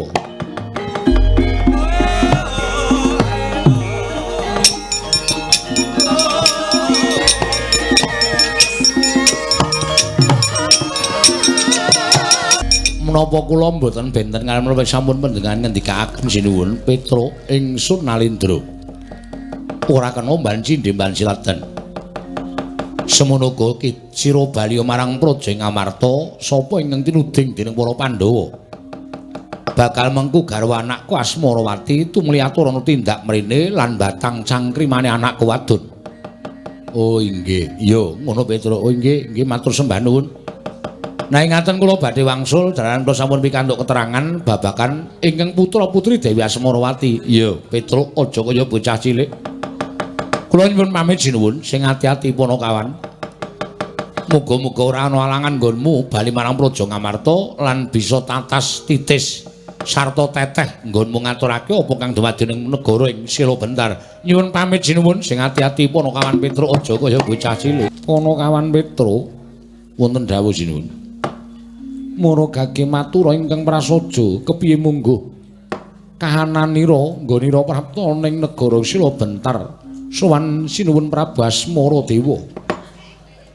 Nadyan kanthi tambu-tambu kula sampun pikantuk kabar lan sampun pikantuk papan jenengipun lenggahipun sinuwun Prabu Asmaradewa panci kepara saestu mapan wonten negaring Sila Bentar sinuwun. Iya, sak banjure kepiye? Para Madyawisana sampun ngaturaken tinampi dening Sinuwun Prabu Asmaradewa. Nalika semanten sareng kalian swanipun Begawan Durna ingkang nglamar Dewi Asmarawati badhe kadhawuhaken kalian Ndara Lesmana Mandrakumara. Ngantos dados geger. Ewadene nalika semanten dipun sapi dening Sinuwun Prabu Asmaradewa kacariyos temanten kakung badhe saged mengku garwa Dewi Asmarawati waton saged ambatang cangkrimanipun Dewi Asmarawati. Mila atur kula nersanipun Sinuwun Prabu Darmakusuma mugi dadosa penggalian sinten ingkang badhe kadhapuk minangka dados pinanganten kakung tumunten kadhawuhan sowan wonten negari ing Sila Bentar sinuwun. Koko Prabu menggah saking pamanggih paduka sinten ingkang pantes sakmangke kedadhawuh kaliyan pun Dewi Asmarawati saking negaring Sila Bentar. Yayi, menawi Werkudara kula kinten mboten badhe kelampahan menapa malih Arjuna.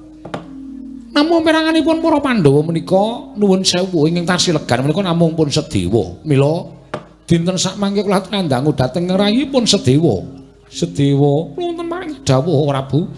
Maju Yayi ana dawuh saka panjenengan ulun Dimas kadangipun Kakang Sedewa. Miat langening kalangguan aglar pandan moncar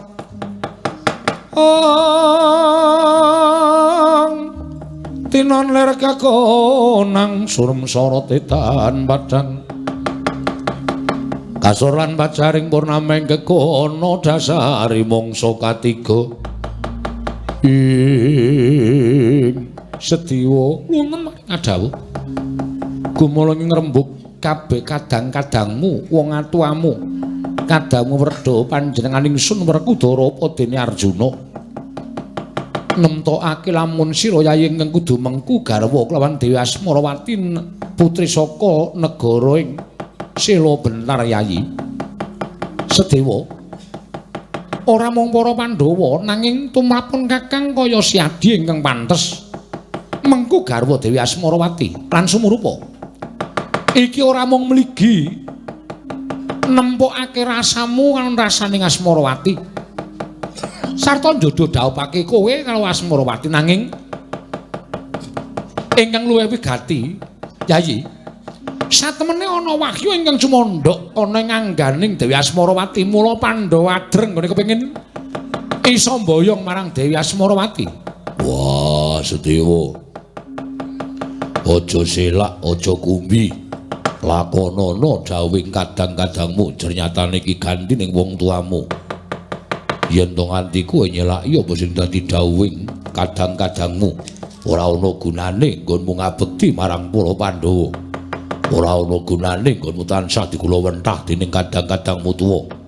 Yen kowe duwe karepe Werkudara Janaka apa dene barep kakangku. Wah, kowe ngerti Werkudara yen nesu kudu kepiye? Sedewa aja nganti dadi perkara mara gagi lakonana Yayi kadangipun Kakang Yayi Sedewa.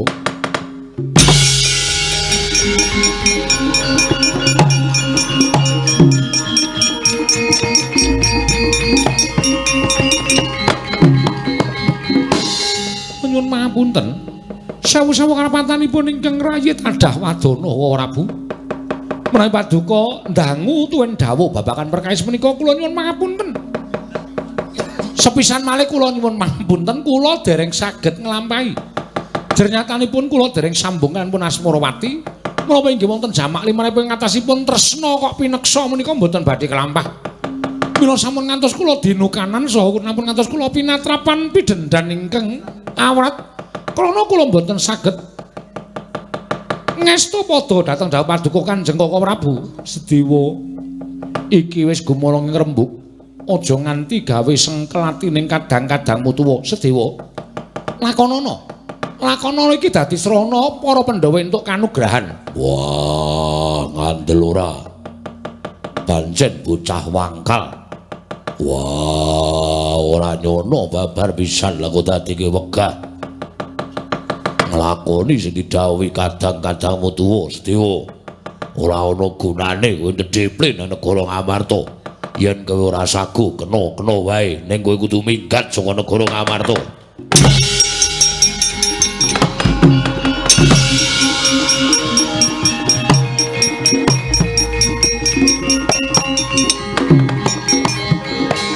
Werkudara, Nggih.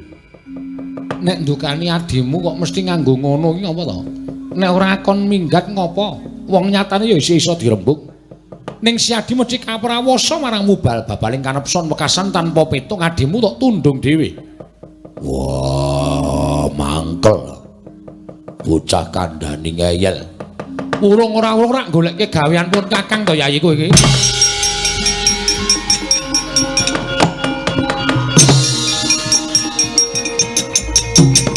Gatotkaca Wonten timbalan.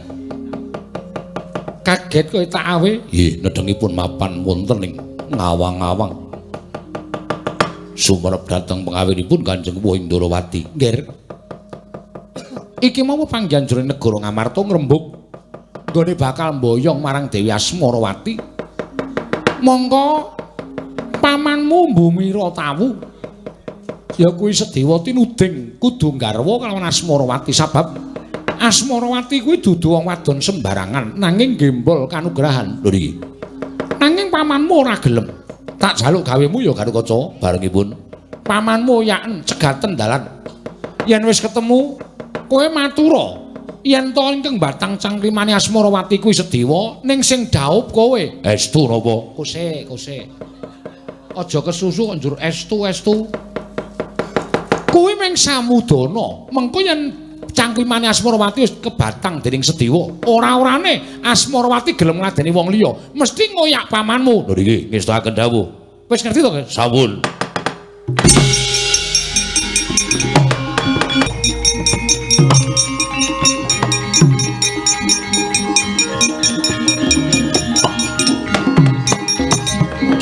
Bumi kuncing langit kelap-kelap katon lir kinsanging risang mawe gandrung sabaran katulu wukir moyak mayik saking Tyas Baliwur.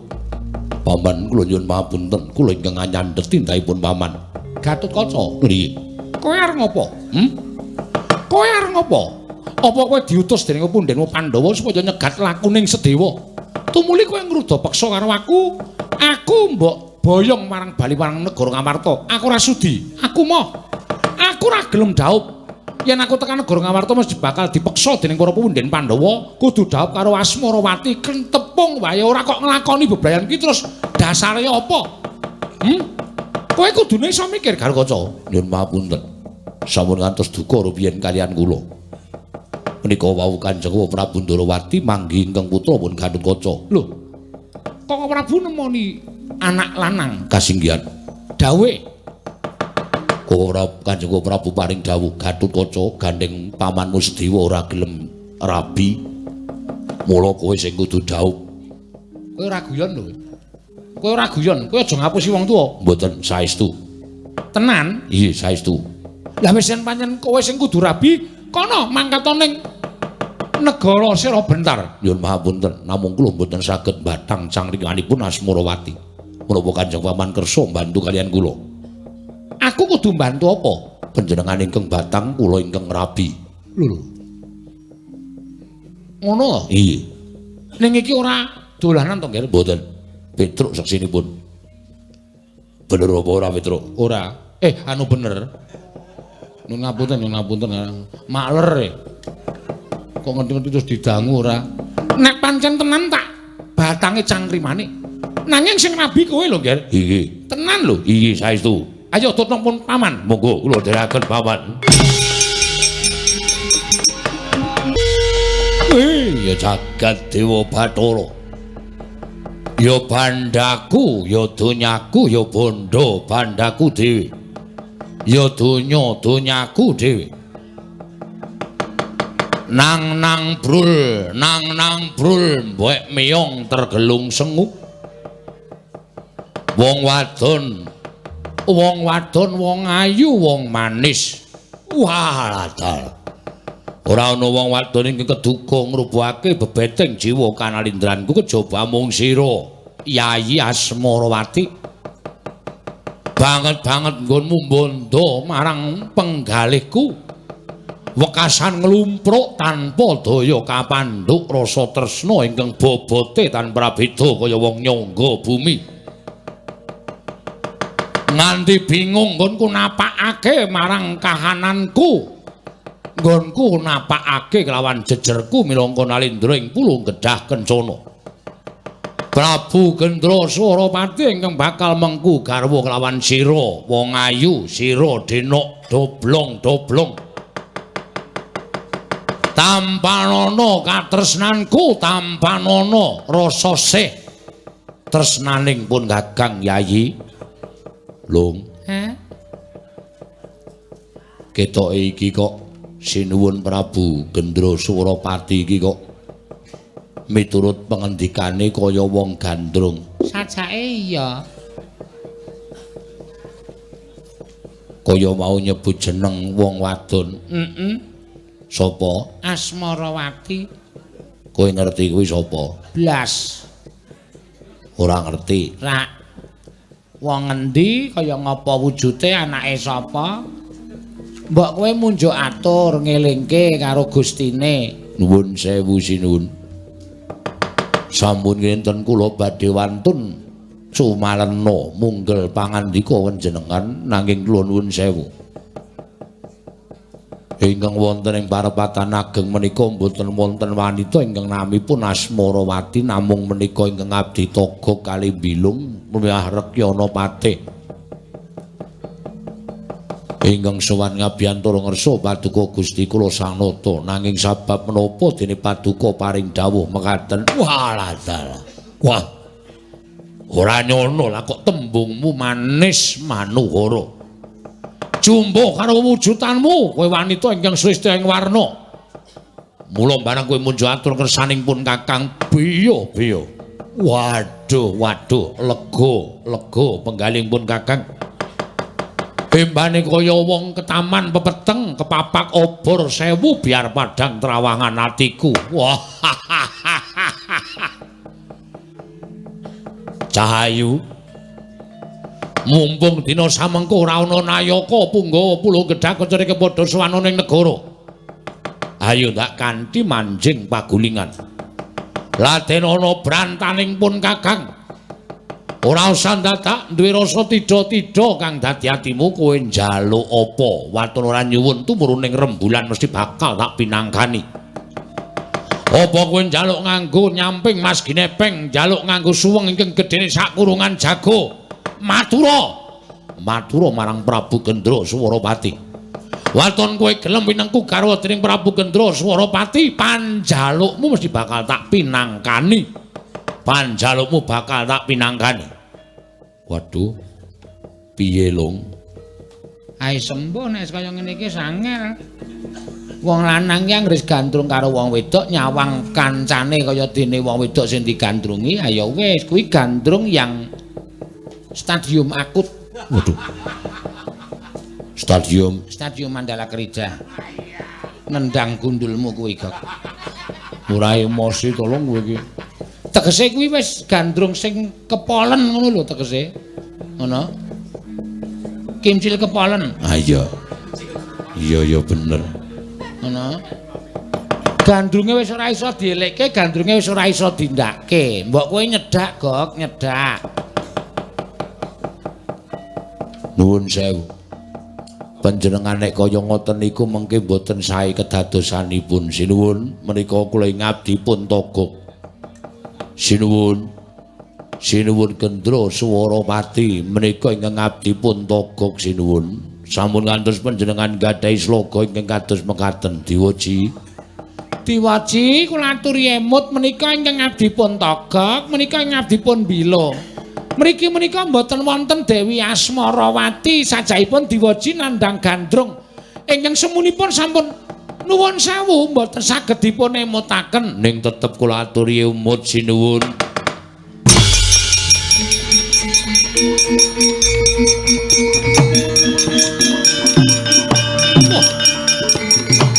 Wah.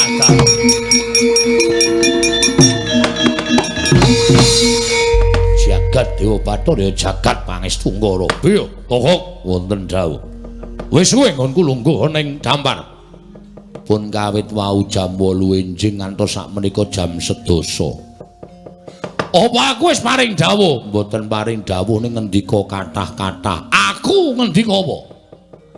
Panjenengan ketingalipun gandrung kalian setunggiling wanita. Naminipun Dewi Asmarawati. Malah ingkang abdi pun togok sampun kinten kula menika wujudipun pawestri ingkang namipun Asmarawati. Kula dipun kanthi manjing pagulingan. Wah, bangsat. Kena apa ora ngelekke marang aku, napa ora ngelingke karo aku? Sampun wangsul kula ngemutaken.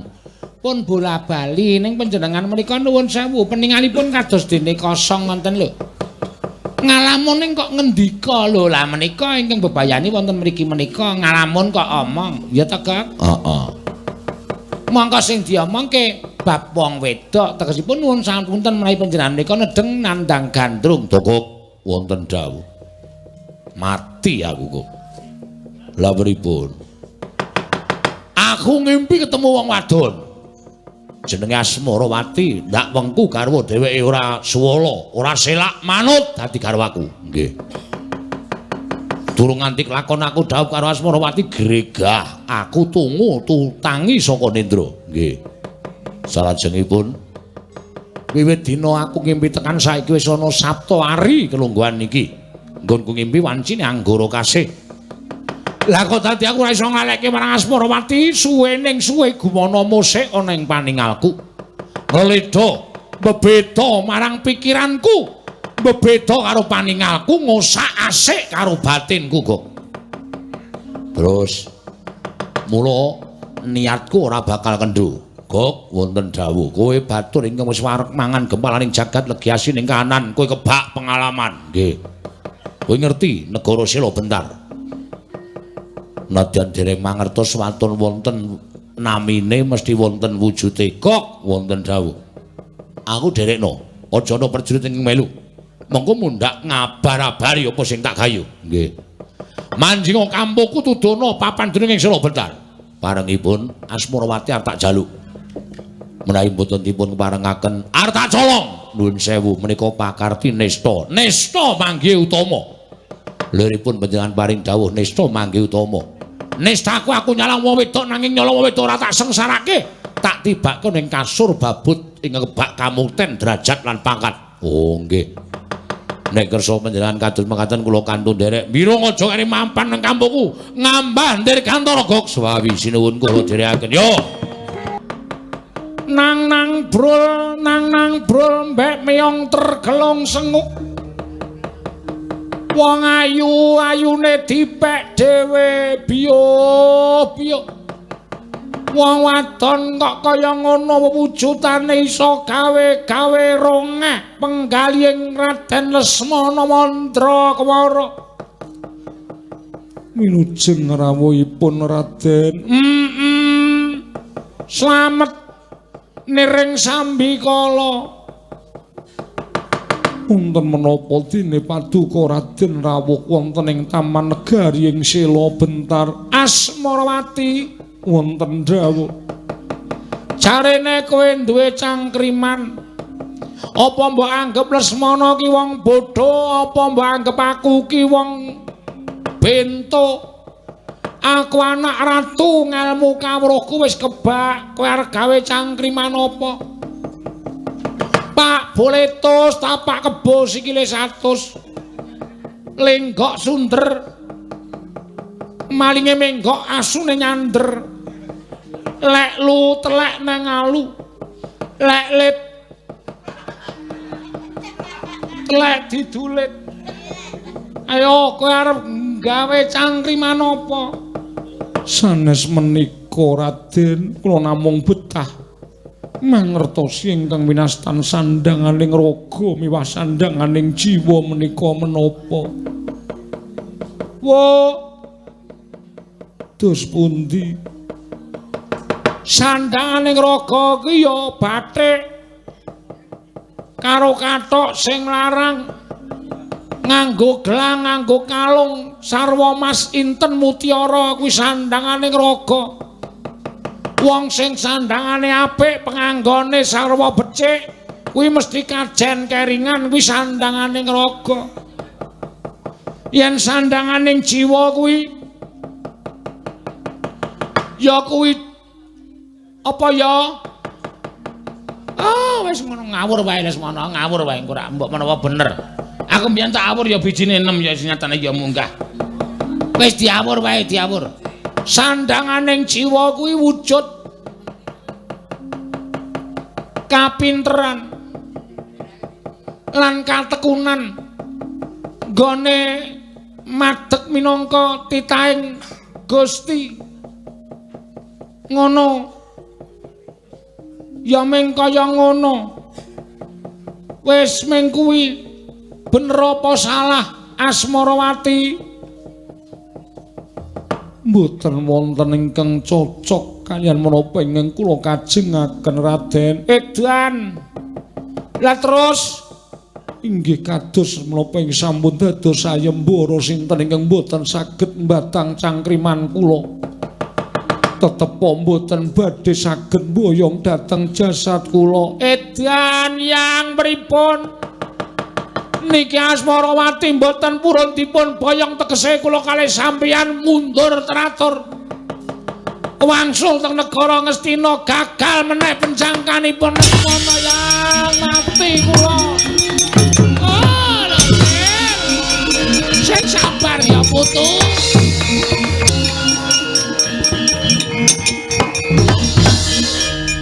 Andya bala Pandhawa mbiyok gumulung mangung siring sata Kurawa ing apa iki ngaran Asmarawati kasinggihan mekaten Raden panjenengan sinten? Aku Raden Sedewa ingkang wingking aku Gatotkaca wonten menapa dene rawuh wonten ing Taman Negari ing Sila Bentar. Ujaring utusanku jare putri saka negara ing Sila Bentaran majaning Prabu Asmaradewa nganakake sayembara cangkriman. Sapa ingkang iso mbatang cangkriman bakal mengku garwa kelawan sliramu. Ngono to? Kasinggihan mekaten. Lah iki ngene. Aku ku duwe anak lanang jenenge Gatotkaca ya sing nang mburiku iki. Mongko iki durung lakoni daup tegese kepengin daup silaning akrama. Mula dina samengko aku njaluk karo Dewi Asmarawati keparenga paring cangkriman karo aku, mengko aku ingkang batang. Ning nuwun sewu nek iso kebatang sing rabi dudu aku. Lajeng sinten? Gatotkaca. Piye? Sarujuk apa ora? Nggih namung kula kantun nderek. Waton panjenengan saged batang cangkriman kula. Mara cangkrimamu apa? Sandhangan raga lan sandhangan jiwa menika werdinipun menapa? Yen pener aja minger, yen kepengkok aja minggo. Inggih ngestaken dawuh. Siji, sandhangan raga kuwi dudu brana picis, dudu busana wastra bludru sinesotya babar pisan dudu. Sandhanganing raga iku solah bawa, tingkah laku, tindak tanduk, muna-muni saben dina iku sandhanganing raga. Kabeh mau kena kinarya gesang ana ing alam donya kuwi sandhanganing raga. Bener apa ora? Aduh Raden, cumeplong raos sing manah kula. Dene menapa ingkang kula kajengaken jumbuh kalian pangandika waduka jagat Dewa Bathara Gatotkaca wonten dawuh. Wis ana trontong-trontong padhang kowe mengku Asmarawati matur sebaru. Selak mboten kiat kula. Ora kuat ngopo? Nyawang Mbiyai Putri kok ayune kaya ngono. Sing sabar, ming kurang siji tak batange cangkrimane. Nggih, dipun dipun sesekaken mawon. Iya kusike to. Ingkang angka loro sandhanganing jiwa. Sandhanganing jiwa menika menapa? Sandhangan jiwa iku cipta, rasa, budi lan karsa. Cipta iku kang nimbang samubarang. Rasa iku kang ana nimbang samubarang, budi kang ngremake samubarang. Karsa kang nindakake samubarang yaiku kang nindakake sandhanganing jiwa. Bener apa salah? Coba. Ingkang salajengipun katresnan menika wonten pinten ana loro menapa kemawon katresnan mirunggan lan katresnan sejati. Katresnan mirunggan menika menapa wong sing duweni rasa tresna nanging tresnane ora sejati tegese ora lahir batin mung milik karo sing diduweni. Upama sing lanang kuwi tresna karo sing wedok milik karo bandaning sing wedok semono uga kosok baline sing wedok tresna karo sing lanang merga milik marang bandaning sing lanang kuwi katresnan mirunggan ora lahir batin. Lajeng katresnan sejati menika ora ana ing ngungkuli katresnaning ibu kelawan anak kuwi katresnan sejati. Dituku nganggo apa wae ora bakal iso, dijoli nganggo apa wae ora bakal iso. Asmarawati, Raden matur sembah nuwun Raden. Lho kose.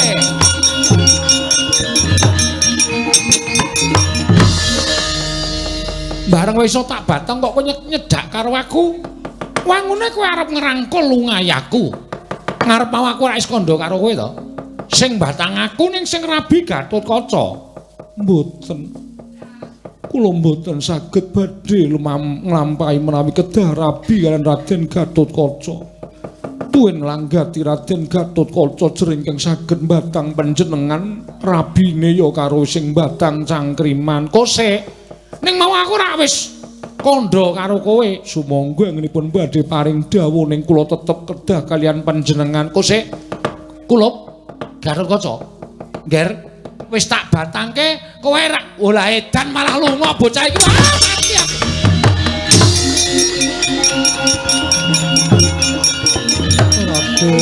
Raden panjenengan.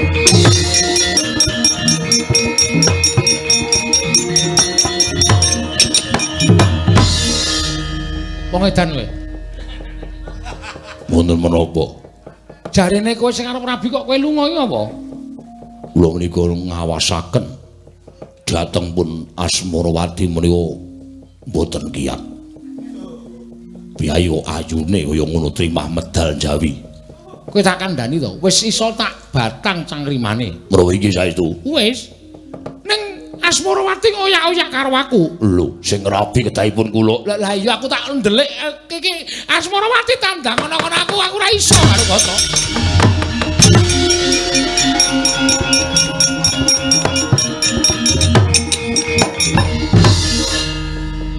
Raden Onowo. Panjenengan Raden Gatotkaca. Iya. Kula kedah madosi Raden Sedewa. Kanjeng Paman ora bakal kersa dhaup karo kowe.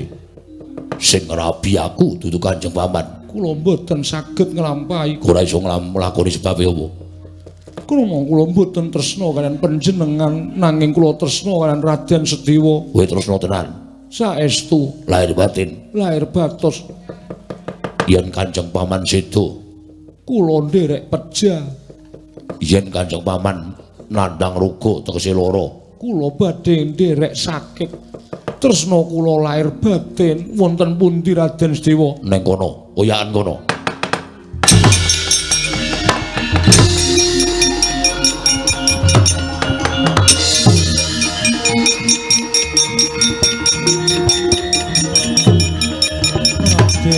Waduh, mati aku.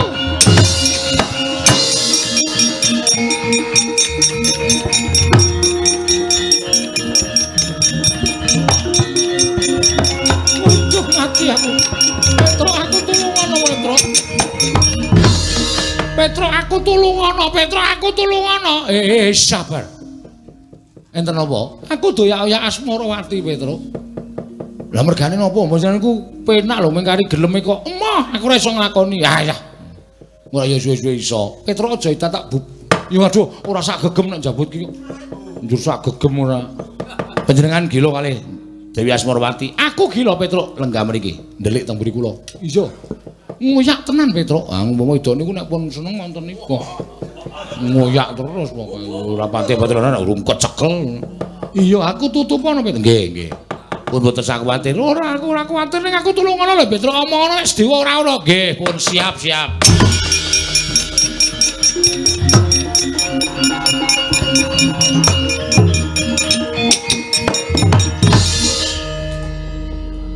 menika sinten? Aku Raden Gatotkaca. Mbuh racaturan.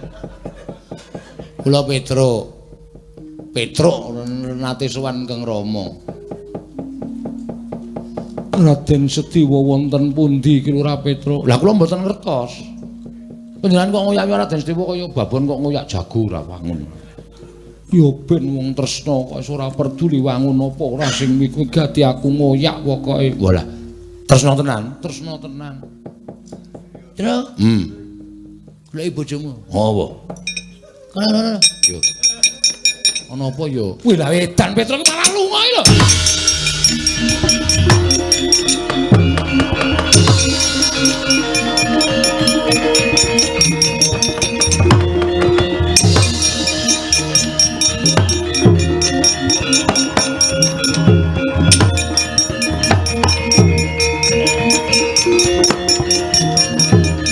Mati aku. Ger tulung ana pamanmu nggih. Aku tulung ana Gatotkaca kowe aja gawe wirang. Kowe aja gawe wirang. Aku wis wegah dhaup karo Asmarawati, aku ditundha lunga saka negara Ngamarta nek aku bali. Aku gandeng renteng-renteng karo Asmarawati apa ora wirang bebarang. Aku delikno Gatotkaca, aku golekno papan sing primpen.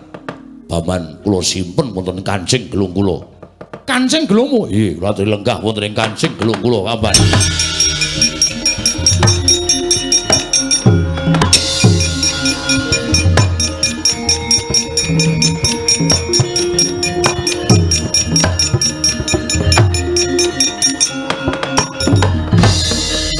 Asmarawati. Kula wonten dawuh Raden, Ora usah ngoyak-oyak. Aku ngilingke karo kowe. kula mboten peduli. Mboten badhe leren menawi tresna kula dereng kinampi dening Raden Setiwa. Tetep kula badhe madosi Raden Setiwa. Kowe iki wong wadon apa ora isin? Kula sampun mboten gadhahi raos isin. Menawi nuruti dhateng katresnan kula nyatanipun ingkang saged batang cangrimanipun Raden Setiwa. Kula badhe tetep nderek Raden Setiwa. Ora manut karo aku mentolo karo kowe. Menawi badhe mejahi dhateng kula semanggaaken. Iki marganing patimu.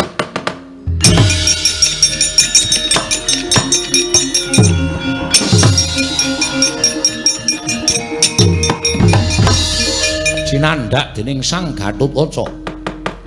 Nalika semanten sigra den lebetaken wonten ing Kancing Gelung. Raden Setiwa ingkang wis rumiyin kalebetaken wonten ing Kancing Gelung krana mlajar tebih karaos sayah. Mila katingal sare kepati madyaning Kancing Gelung.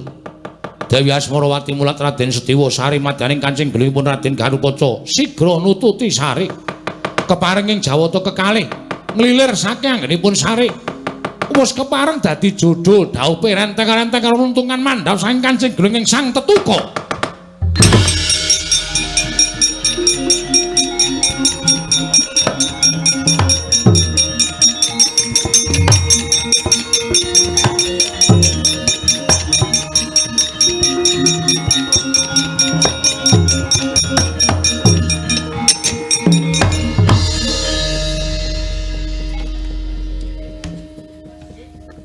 Paman mandhap saking Kancing Gelung sampun kekanthenan asta kaliyan Dewi Asmarawati.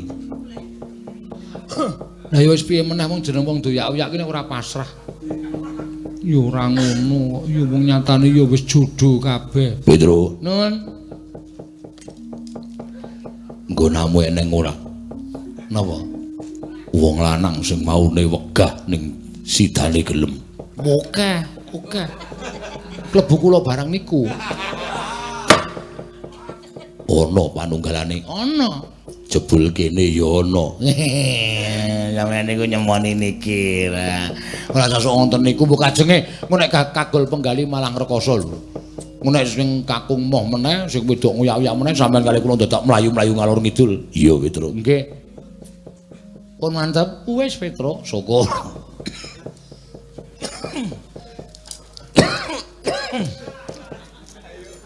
Watuk kok dikelirke. Ora apa-apa, mula watuk tenan kok ya. Syukur nek pun madhep mantep. Iya Petro, nggih pun. Oh nyatane Ngendikane Ndrawati, Dewi Asmarawati menika mbeta kanugrahan. Ya muga-muga iso ditampa dening Ndara Pandhawa. Iya para kawan. Nggih.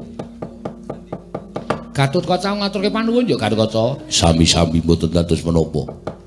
Mugi-mugi Kanjeng Pamanugi atut runtut anggenipun mangun bali wisma tuwin bebrayan kalian Kanjeng Bibi Asmarawati. Muga-muga mengkono Gatotkaca.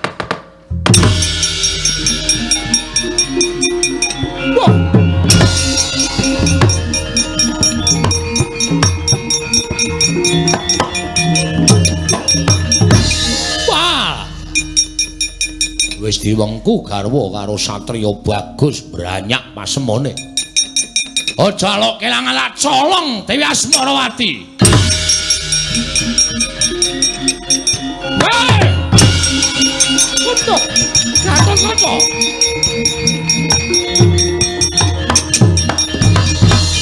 Gatotkaca. Bibimu ilang Gatotkaca. Garwaku Dewi Asmarawati ilang. Menyang endi Gatotkaca golek ana Gatotkaca tulung ana aku. Lenggah prayogi Paman.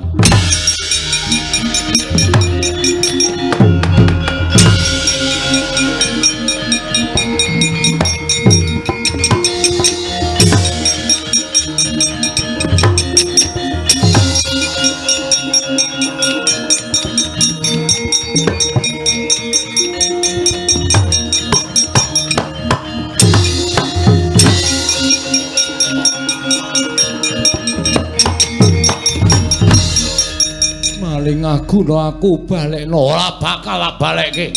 Aku tresno karo kowe. Kowe kudu dadi bojoku Asmarawati. Aduh.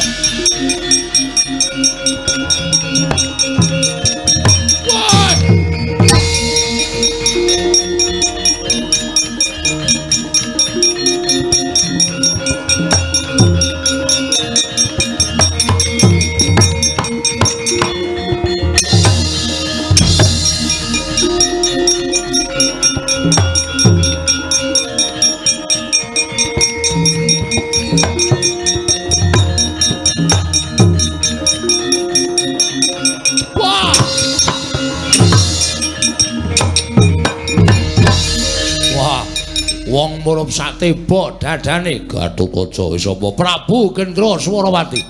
Jaluk Asmarawati gimer ndasmu. Wah, mati dening aku. Wah!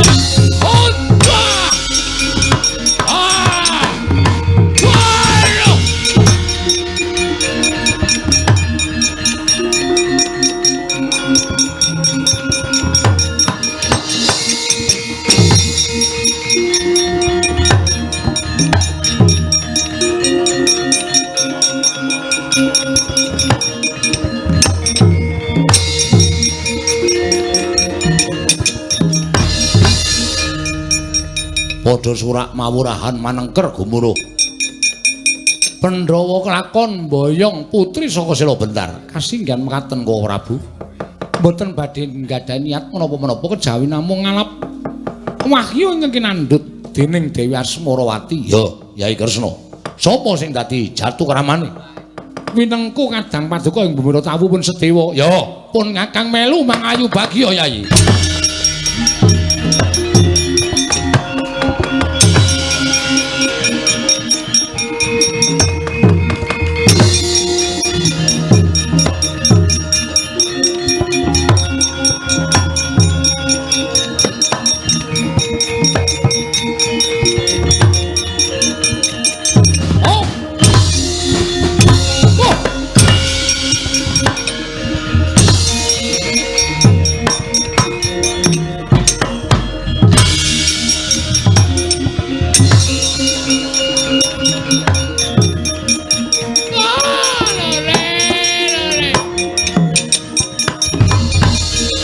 Dara aku paten ana. Aku isin ora iso ngrabek Lesmana Mandra Kumara. Undur menyang Sukalima. Oh!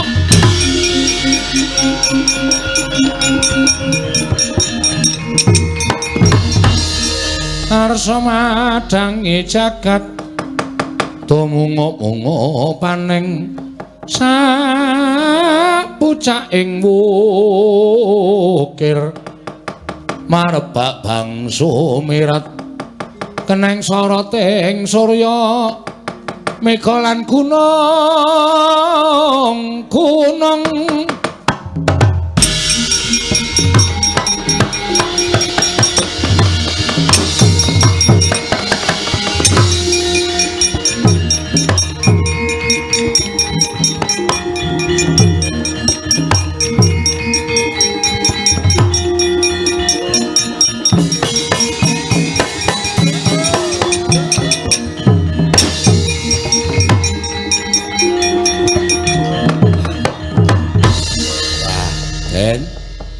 Ndara Sedewa kelampan daup mugi-mugi tansah manggiya katentreman kebagas kewarasan kawilujengan saha kesarasan lan tansah tresna asih ngantos dumugi puputing yuswa ya Semar purnaning gati Surasudra janing Kang Rat Subrasut kaping Darmastuti rahayu sami makarya rahayu ingkang samya pinanggih kula nyuwun pamit matur sembah nuwun ingkang sakalangkung kadang